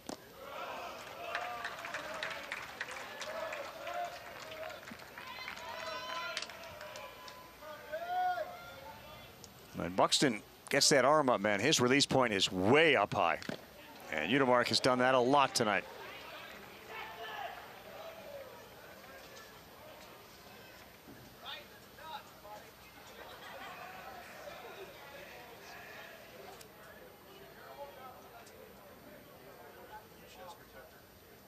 He's taking some deep breaths.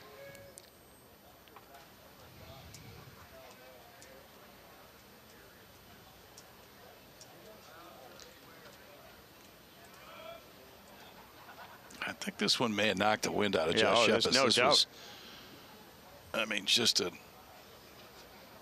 foul ball that hit him direct. I don't think I got any glove coming back.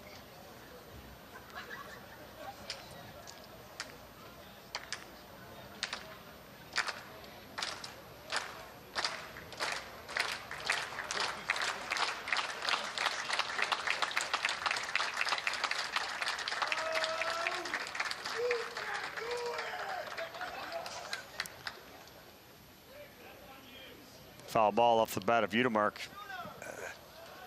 Always guys who have that smile on their face and they're addressing somebody's maladies. I mean, he must have said something. No question. He must have said something at least to get him smiling.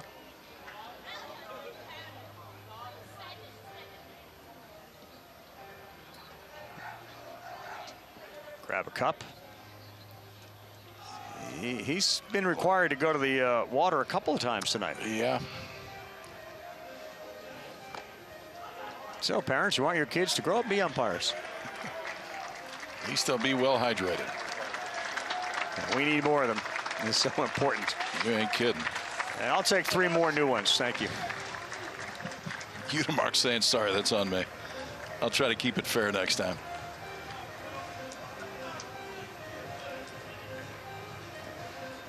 KP, you got a real lockdown guy out there in Schaefer and a dangerous, prolific power hitter here in Utemark in a tie game.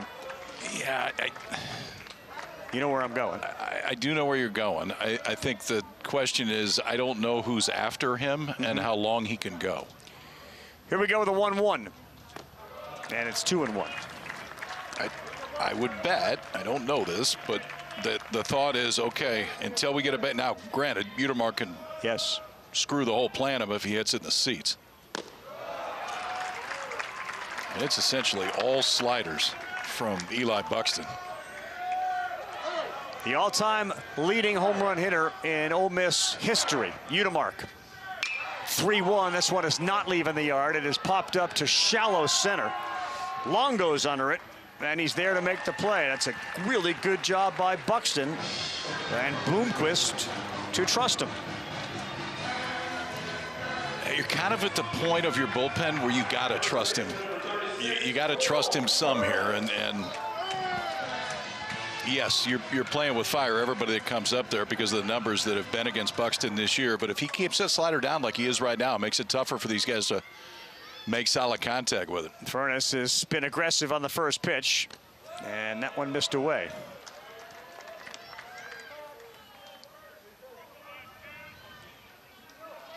The 3-hole hitter, a .321 average. 7 long balls. On the corner, Furness thought that was out.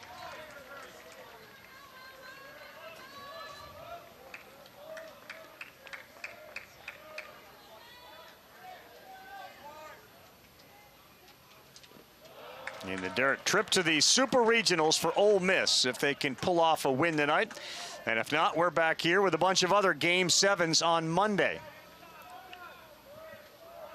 You can see Mike Bianco saying, force it up, force it up. He got one up there. Just missed it. Buxton really trying to work bottom of the zone and just down and out of the zone, and I'm sure that's a force it up suggestion right there to Furness. 2-2. And he rolls one over, and Buxton is going to have a chance to bounce again and bark a little bit too on his walk back. He gets through the top of the order. Decker, Utemark, and Furness. We need some people to deliver, and so far Buxton has for ASU.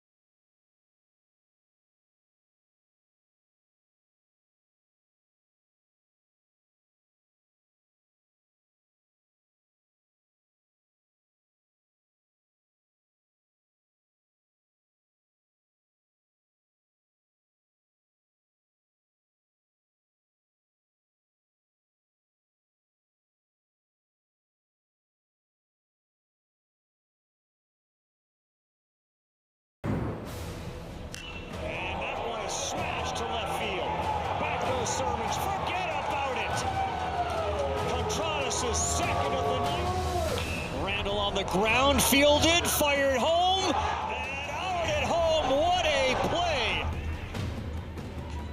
Randall. it. A 1:16 a.m. walk-off. Yeah, the first meeting between these two teams was thrilling. It lasted 14 innings. It didn't end. There's a yawn. It didn't end until 1:15 a.m. here in Lincoln. We got ourselves another tie ball game. And J.P. Robertson is getting called on out of the pen. We saw him yesterday. Robertson came on through 32 pitches. It's a mid-90s fastball. Really good slider, too. You see a couple curveballs, a couple changeups, but primarily those two. But it's a fastball that gets into the mid-90s regularly. A bunch of swing and miss. 46 strikeouts in 32 2/3, but he has walked about 5 per 9 this season. At Pearl River Community College, this dude was a great two-way player. Went 9-2, had an ERA of 3.14, and he also hit 3.88. Redshirted first year in Oxford. He really found himself in the Northwoods League, and he's been dynamite this year. New Contratus looks at ball one. And New is due.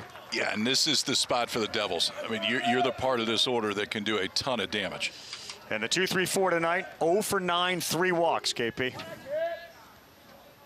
Contratus 4 homers in the regional. That's 2-0.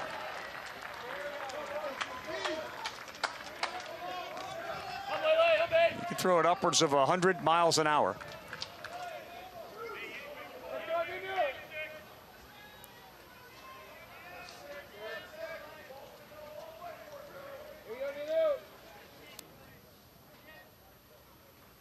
Oof. A hanger. We're not trying to shoot one to right there. If he's trying to shoot it to right, he's trying to shoot it to the scoreboard. But Contratus frees him up and fouls it back on a 2-0 that he was trying to deposit somewhere. 2-3-4, top of the ninth. Arizona State looking to break this tie. No, and that was close. All right, KP, 3-1.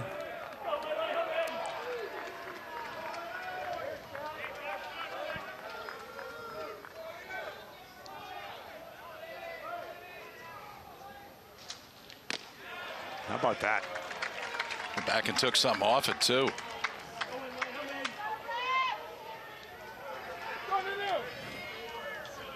Federico basically is on the warning track in left field, as is Becerra in right field. 3-2. Jam shot, good pitch, and it was that same one. He's fallen in love with that slider of his. Yeah, and it's two different breaking balls, the curveball and the slider. He does have a split, too, but he's only thrown it to lefties this year. Can the leadoff man get on?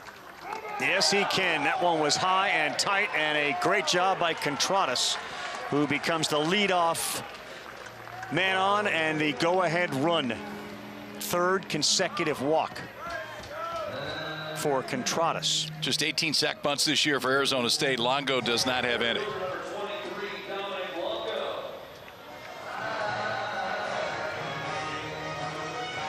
Arizona State trying to force a game 7 tomorrow. Ole Miss trying to move into the supers. And Robertson ready to Longo. He does square. Oh, a perfect one.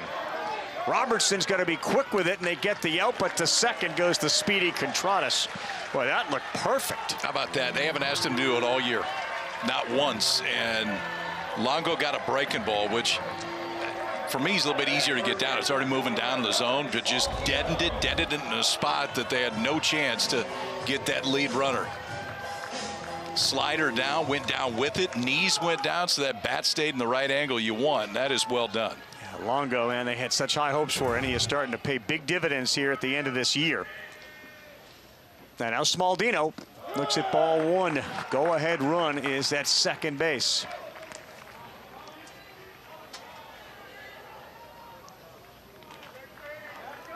Austin Rolling is on deck. How careful are you being here with first base open? Fairly careful. Oof. It's interesting, though, for Robertson, a guy that I mean, he throws a fairly low percentage of fastballs, about 40%, but he throws mid-90s. And yeah. Was he throw one since he's been in? Yep. He's touched triple digits. But you cannot hang one here to this guy. He will bang it over the wall. He's twice tried to get that call in the inside corner and hasn't. Yeah, that one just off.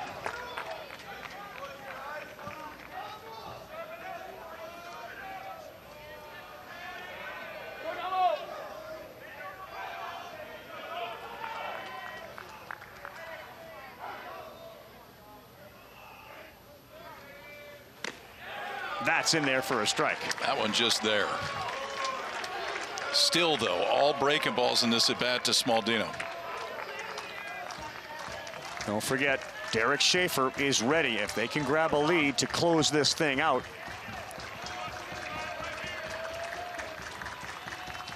The 2-2 on the ground. Payno has it, fires, and there are two down. There's no doubt that Owen Payno is playing in some pain out there. Every step he takes is ginger. Yeah, it is not comfortable for him. But even with that, he's made a couple great defensive plays. And he's right there cheering as hard as he can for Robertson to get one more. Payno scheduled to hit third in the bottom of the ninth. Will the score be tied or not? Rolig has a hit tonight. And there's great speed out there at second.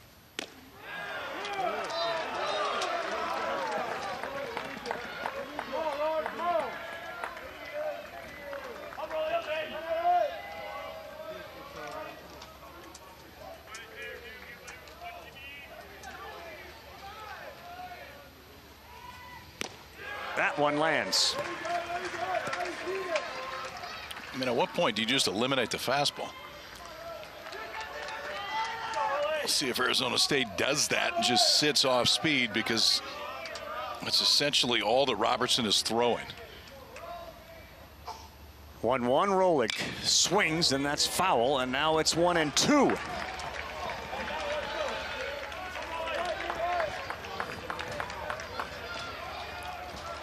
Does he have that heat in his back pocket in this situation? Maybe a good time to try it. Try to get it up top. We've had several great plays at the plate in this Lincoln Regional. Go ahead run at second. Next pitch in the dirt.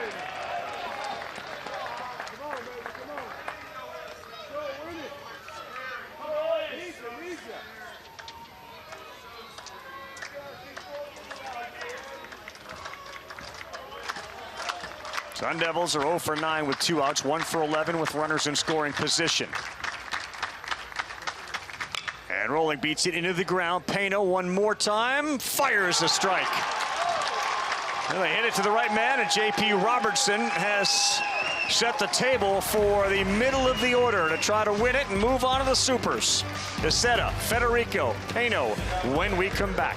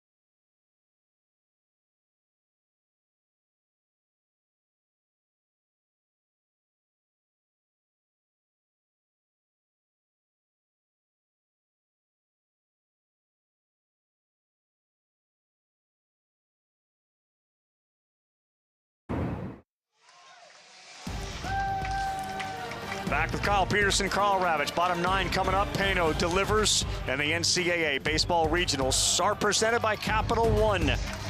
What's in your wallet? Maybe a bit of a harbinger of things to come. It's a big night. Eli Buxton stays in the game. And Becerra looks at strike one. Really good location. Schaefer looks like he's still out there at KP, throwing. Yeah, he's been effective. On the ground and just foul.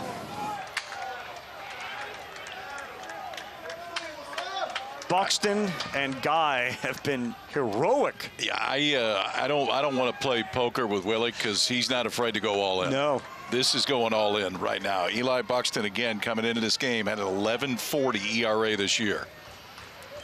One Ole Miss run sends them to the Supers. And Becerra's got a homer tonight.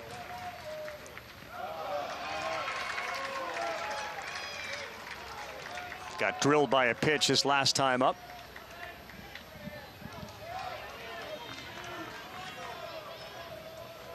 Federico swinging a hot bat on deck. 4 times in 8 innings, they've got the leadoff man on tonight. Becerra's first home run was a shot to straightaway center field into the bottom of one of those trees out there. Let's go ahead and go to the biggest part of the ballpark. Yeah.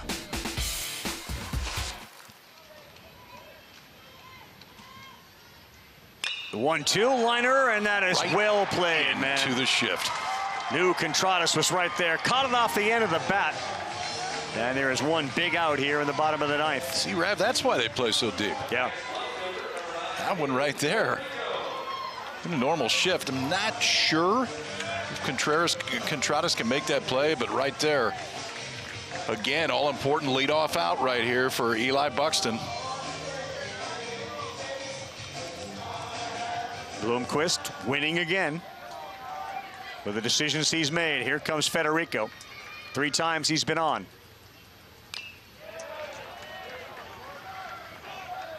Kind of like we were talking about, it was all spin with Robertson. All Buxton is throwing is sliders.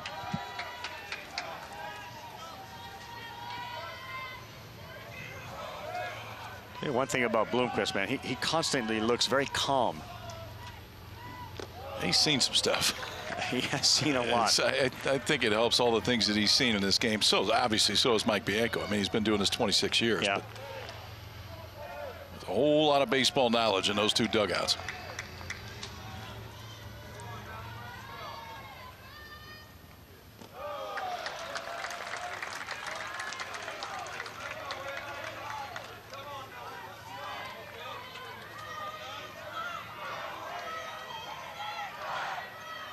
And over 500 batting average. His 7 hits, leading Ole Miss. A 2-1 count. Called strike. He looked right back at the home plate umpire as if to say, that can't be. Oh, okay, it's a strike.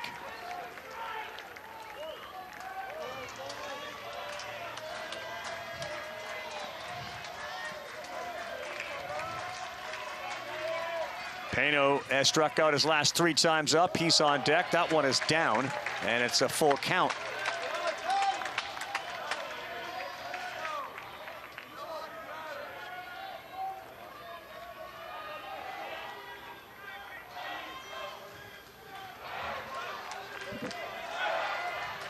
With 1 out, here it comes. Swing and a miss. He got him to chase up top. Eli Buxton at 95. How about a time to pick the elevated fastball? It'd have been slider, slider, slider. I mean, really for the last 2 innings. But he's got 95 in the tank. And 3-2, take 95, elevate. Probably went out of the zone right there. But tough to lay off on the fastball, up and out. Buxton still spinning a gem out there.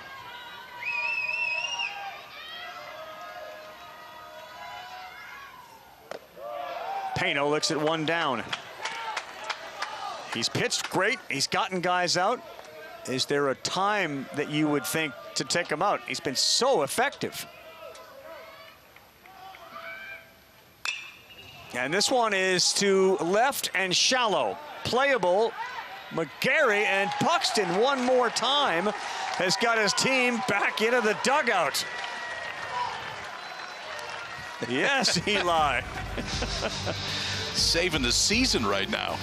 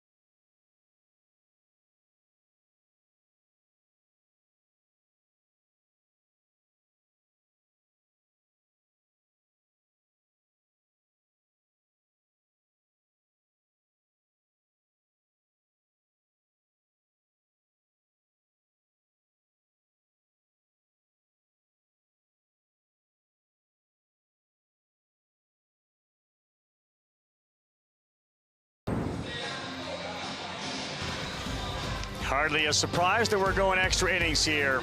Ole Miss and Arizona State here in the Lincoln Regional. If Ole Miss can win, they will move off that line into the center. Auburn and Milwaukee, the two battling in the Auburn Regional. Milwaukee's the undefeated team in that one. Auburn's going to have to beat them twice. That's what is on the line for both of these teams. Forcing a game 7 tomorrow, or Ole Miss getting some time off before they would play in their 9th Super Regional. First man up here in the 10th is going to be Matt Polk, California kid from Long Beach, California. Started at Vanderbilt, played for 3 years. Hit .295. He redshirted it in 25. And a big swing and a miss there. And then he wanted to be closer to home. His mom has successfully battled a brain tumor, so he wanted to be near her. Mom Martha, and he committed to Willie Bloomquist at Arizona State. 5th-year senior, behind 0-1. 0-2. Robertson liked the location of that pitch for sure. Yeah, that's exactly where he wants to throw it, especially when he gets ahead. That one was down and out of the zone, but Polk just couldn't hold up. Now Robertson in a big 0-2 hole. 6, 7, 8 in the inning due up for the Sun Devils. And that's a swinging bunt. What a play. Well done. Austin Foley charged, picked it up barehanded, and made a perfect throw. Well, watch too when he barehands it. Now you got to clear yourself from the runner at the same time. So it's not just grabbing it. You're dealing with the base runner who, by rule, can't be inside the base line when he gets past that 45-foot line. But Foley, barehand, continue that momentum. Has to sidearm it because you got to get rid of it quick. So he clears himself just enough to make the throw to Furness. Here's Kai McGarry. And he has played a large role for this team in the absence of Landon Hairston. He was ejected from the game earlier today for throwing his bat up in the air after being punched out. So not able to play. He would return for the game tomorrow if there is one. Too far inside.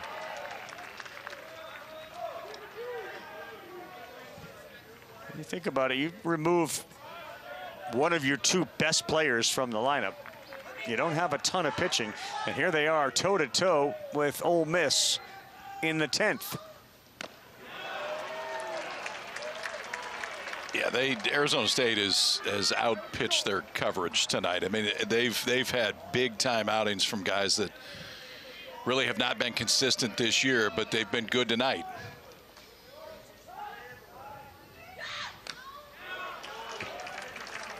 It's now just a steady diet of breaking balls.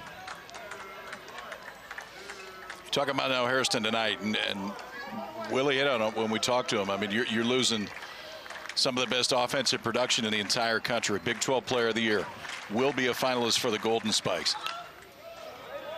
28 home runs, leads the country in OPS. Who do you got if you had to pick? Lackey, Jackson, Hairston? I mean, Tag Davis hit 34 home runs. I think it's as big of a toss-up between those four. Lackey is hard to go against. And then called strike 3. Lackey the catcher for Georgia Tech. Robertson looks a little bit different, a little more dialed in here in this inning, and he picks up strikeout number 1. Slider's been tight. Buried it right there. And then Daniel Jackson goes 25-25 as a catcher for Georgia. So, yeah, you don't go wrong with those, and they haven't gone wrong with Robertson tonight. Slider that at the knees on the outside black. McGarry takes it. 2 quick outs here in the 10th for J.P. Robertson. Brody Briggs, the catcher. Big swing and a miss. Bottom of the order for both these teams in this inning, the 10th. It'll be 7, 8, 9 for Ole Miss when they get up. It's been 6, 7, and 8 right now for Arizona State.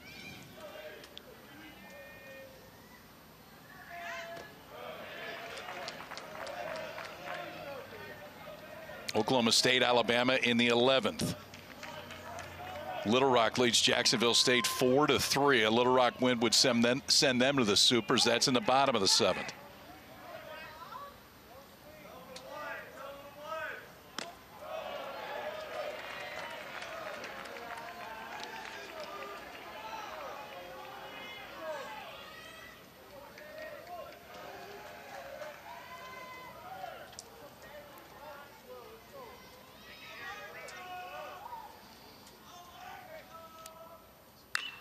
Briggs the other way. He's running like it may be fair, but it's foul by about 15 feet.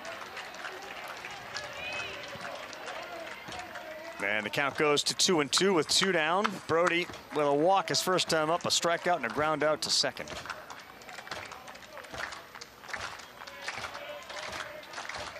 Schaefer continues to stay hot in the Arizona State bullpen.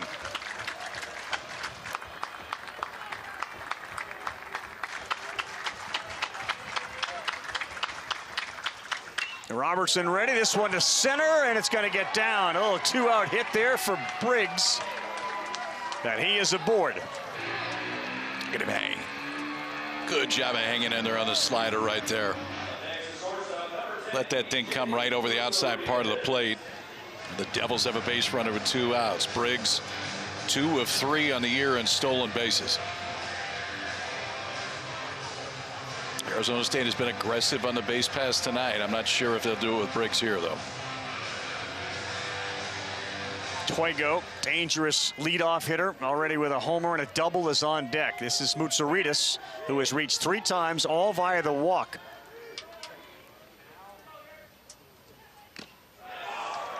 Oh, and 1. Doesn't really matter what location the slider is in. It you don't want to throw it there, though. It seems not to. It has not been hurt tonight, no. But that middle, you're tempting fate there.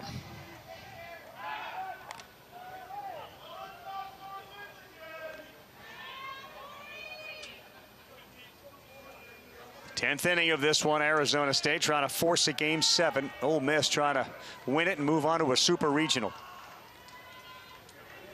The shortstop Moutsouridis has gone yard 4 times this season. On the corner, inside, called strike 2.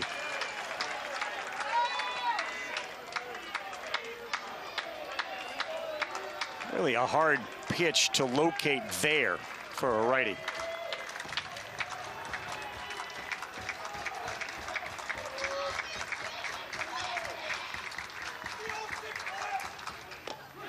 Called strike 3. Inside, outside, he moved it around, and Robertson picks up 2 punch-outs in the inning. Well, that'll get him fired up, rightfully so. A couple strikeouts in inning. J.P. Robertson has been outstanding since coming out of that Ole Miss bullpen. It is 7-8-9 due up for Ole Miss. 1 run wins it. And it looks like Schaefer is coming in.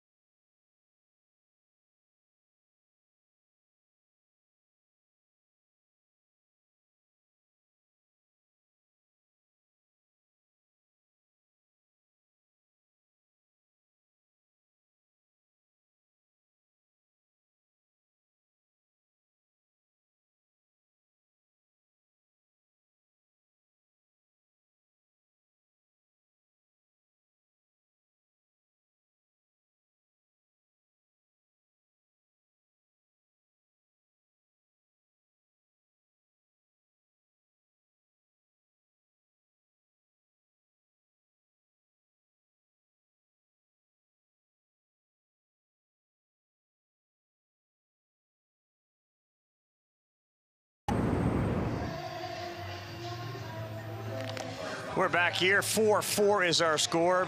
Linder, Overbay, Fitzpatrick, Buxton. That has been the pitching crew for Arizona State. And they have kept this game tied to the bottom of the 10th.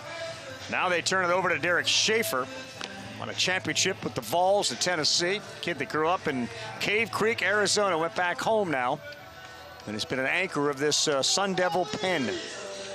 We've already seen him today. Schaefer was out through 13 pitches in Arizona State winner-go-home game, and now he's out there to try to keep this season alive right here. He'll face the bottom of this Ole Miss order, but 1 Rebel run sends them on to Supers. You just don't see it very often, but in these Supers with elimination games and teams coming out of that side of the bracket, you may find yourself pitching during the day, then again at night. And that's the case as Austin Foley steps in. And he lands that first pitch beautifully. A fastball and then cutter, slider, curveball. So 3 different breaking balls for Schaefer on for the 31st time. Another good one. Foley's behind 0-2 quickly.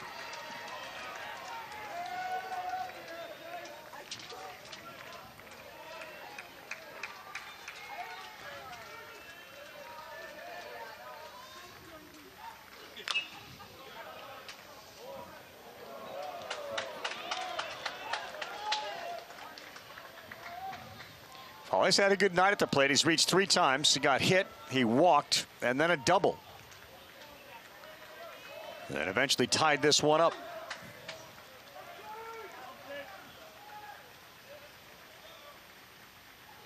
He's gone. Boy, what work that was. 87-mile-an-hour slider.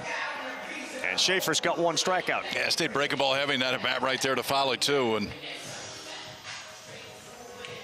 these guys coming out of the bullpen, man, they're throwing up some numbers. Schaefer went 1 2/3 in Arizona State's opening game on Friday.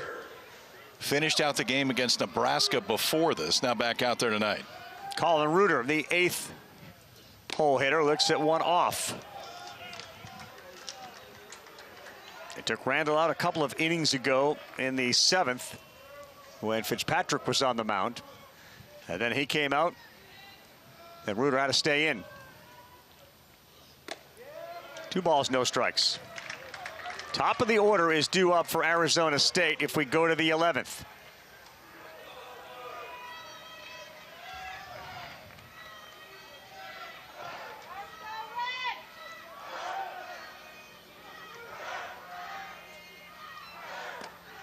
No, that missed in, and the count goes to 3-0.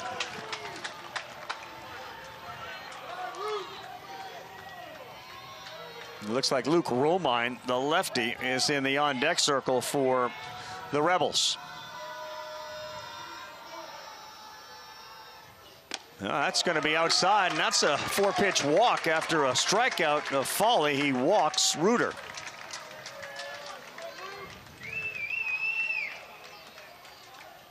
So Romine will strut to the plate. Luke just a 111 average on the season. And we're going to get a special runner going in for Ole Miss. And the fastest guy on the team who did pinch run last time they used this is Cannon Golden. Golden just one stolen base on the season, and he was thrown out, but in there to pinch run for Reuter in this spot.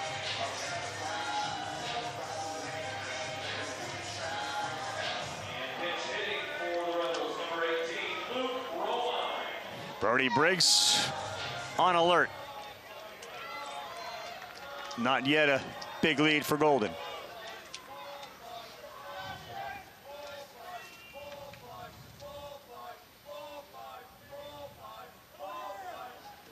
And the dirt gets away. Wow. And what a big, big break for Ole Miss. Rare. It went right through the legs, it looked like, of Briggs, and into scoring position goes the winning run. Yeah, breaking ball that was down right there, and as Briggs just come up a little bit on it. Yeah, you expect that ball to bounce up, and it just stayed all the way down and went right through the wickets. Outfield now crowds in here to try to cut off the speedy Golden on a ball to them in the outfield. Romine hits it to the backside underneath the glove. Romine late goes to third, and Ole Miss is in business now, first and third. It went underneath the glove of Moutsouridis. At the very least, he would have been able to keep Golden at second base. Rav, Luke Romine had 2 hits on the season before that right there. On the season. He was 2 for 18. Well, his third keeps this inning going. Now first and third, 1 out for the Rebels. Top of the order coming up.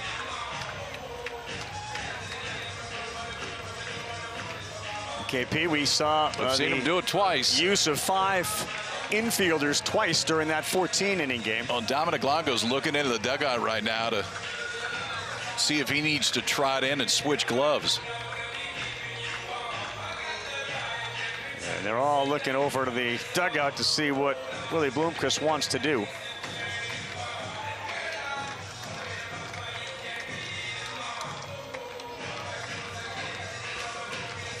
He's going to come on out to discuss the strategy. KP, I thought that Moutsouridis just had at least a chance to keep that thing on the infield. Did it go underneath the glove? Yeah, and he kind of took a false step too. He did. He was there. Yeah. So it was close enough definitely to glove it, and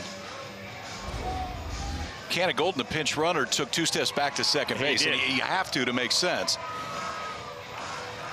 It just went right under his glove. It's, I don't know if he was peeking at the pinch runner right there to see.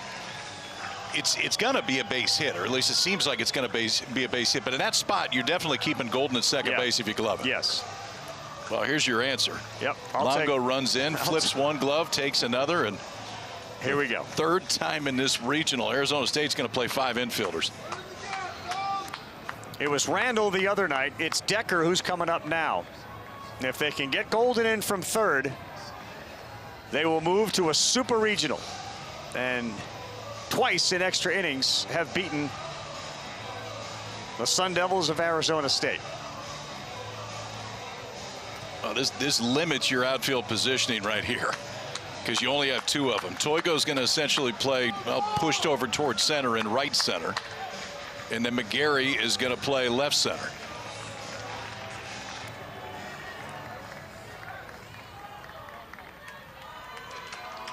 So you hit a ball to dead center field right now, the game's over. Yes, it is.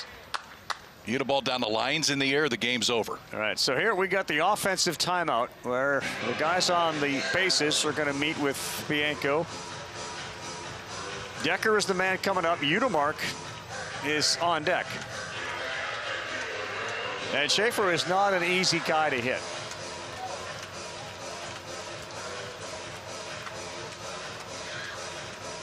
There's a whole bunch of strategy going on. So we got Mike Bianco talking about outfielder positioning, where they at. We got Willie Bloomquist telling his corners, we got to crash. If you see hands at all on a bunt, you got to crash, because there's only one play. I don't care how good of a bunt it is. There is only one play, and it has to go home. That could have been an all-time deke by Mike Bianco to bring him in. Talk about outfield positioning and then put a safety on right now. For Decker, just one sack bunt this year. Ole Miss is Longo had one sack bunt, and he laid down a perfect one. Ole Miss has done it 7 times all year. 5 on the infield for Decker. Golden at third, the winning run. Schaefer out of play. There's no indication at all about any bunt. A Decker single, and Ole Miss moves on to the super. Dom Decker has struck out his last 3 times up.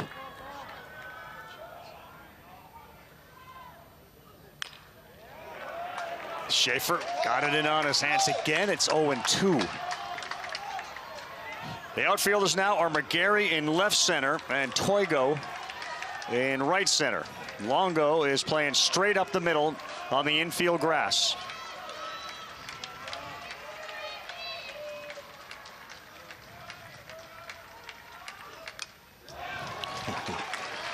Just got a piece to stay alive and foul it straight back.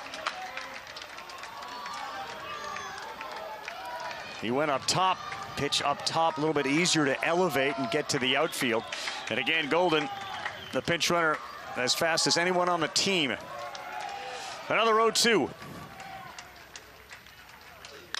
And this one is driven to left field. Olin Mack. He's coming home. Here's the throw. On to the Supers go the Rebels.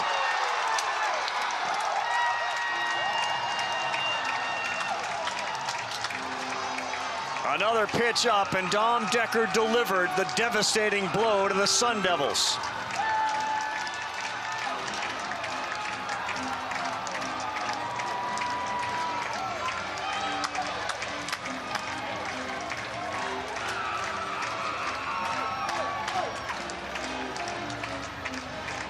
Heartbreak City, man, for Arizona State, who absolutely fought their tails off.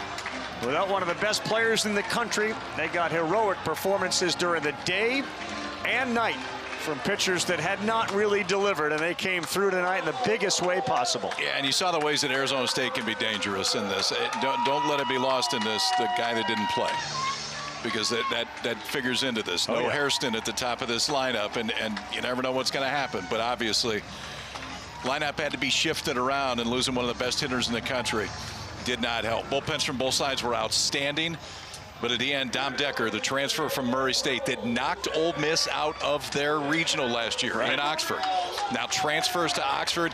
He gets the hit that takes Ole Miss onto the Super Regionals. Let's take a look at the Capital One rewarding performance, and Willie Bloomquist had the guy on the mound that he wanted to have on the mound. Closer in right now and just elevated enough. It was a fastball at 96 that Dom Decker got plenty of, deep enough to left center. Gannon Golden, the pinch runner.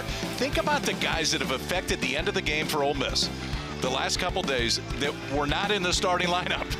They Luke came Romine in later on. Yeah. Romine gets a hit. Golden comes in to pinch run. This was all-around team effort for Ole Miss to get them to advance. And a team that, if they had had a good SEC tournament, would have hosted, now pays attention to the Auburn Regional. Because if Auburn gets beat and Milwaukee wins that, you will have a super in Oxford. Oxford, if Auburn wins, Ole Miss goes to the Plains. You do think about that play where Moutsouridis had it go underneath the glove, and instead of having first and third, it might have been first and second. And the speedy Golden came in without really any play at home. And the team that won it all in 2022, last team in that year, is going back to a super regional. Decker fouled off a couple. And then there was one that was elevated, and he was able to deliver it into left field. A throw from McGarry, not quick enough. Ole Miss advances, and they will find out where they go and who they play when the outcome of Milwaukee and Auburn is over. Just got a little bit louder on the square tonight in Oxford, Rav. Think it did. All right, we welcome in Dom Decker. Well, how you feeling right now after that clutch hit? Oh, man, that was awesome. Just happy to get the job done for the team. Had a rough night all around, but had to stick with it for all the guys in the dugout, all the seniors, and I'm just really glad I got it done for them. Dov, your road here is interesting, obviously, because you were playing Ole Miss last year, but you were on the other side, a big part of that Murray State run to Omaha. Now you're a big part, obviously, of this Ole Miss run. So just take me back to those two and the thoughts going through your mind about potentially getting back to Omaha. Yeah, I mean, there's no better feeling than playoff baseball. It's what keeps all of us going. It's what you play for. It's what you practice every day for. It's the long days. It's the reason we're here. So it's awesome. It's obviously everything it's about. So. You know, baseball is the ultimate team game, and as KP pointed out before you were able to get over here to the interview, think about the guys that contributed to your victory here late in this game. What does that say about this unit? Oh, man, I mean, it is unbelievable. We didn't play our best by far, and, I mean, people kept us in it. Cade battled the whole game. Libert came in and gave us I don't know how many zeros, and JP just unbelievable as always, and really kept it close for us, and then at the end, people just got on base, and big team effort. I mean, that was awesome. Anybody beat Golden in a race, by the way? No, not even close. He's lapping everybody. I wouldn't even try right now. You had the right guy standing on third base. Yeah, we did. So. All right, Dom, man, we appreciate it. Thanks so much. Good luck in the Super. Thank you so much. It was really well managed, too, on both ends to get to where we got to in extra innings for the second time this week. Ole Miss in extras takes care of Arizona State. But Willie Bloomquist minus one of his best men. What a job he did. He pulled all the right strings, man. He gave his club a real chance on a day that they were shorthanded in the bullpen. But at the end, they go to extras, come up just a little bit short, and the Rebs play on. Another SEC team to the Supers. You know what they say, Rev? Don't let the Rebs get hot. I want to thank everybody that's been involved with this Lincoln Regional. Terrific work behind the scenes for my buddy Kyle Peterson and our producer Kevin Clark. I'm Carl Rabbit saying so long from Lincoln.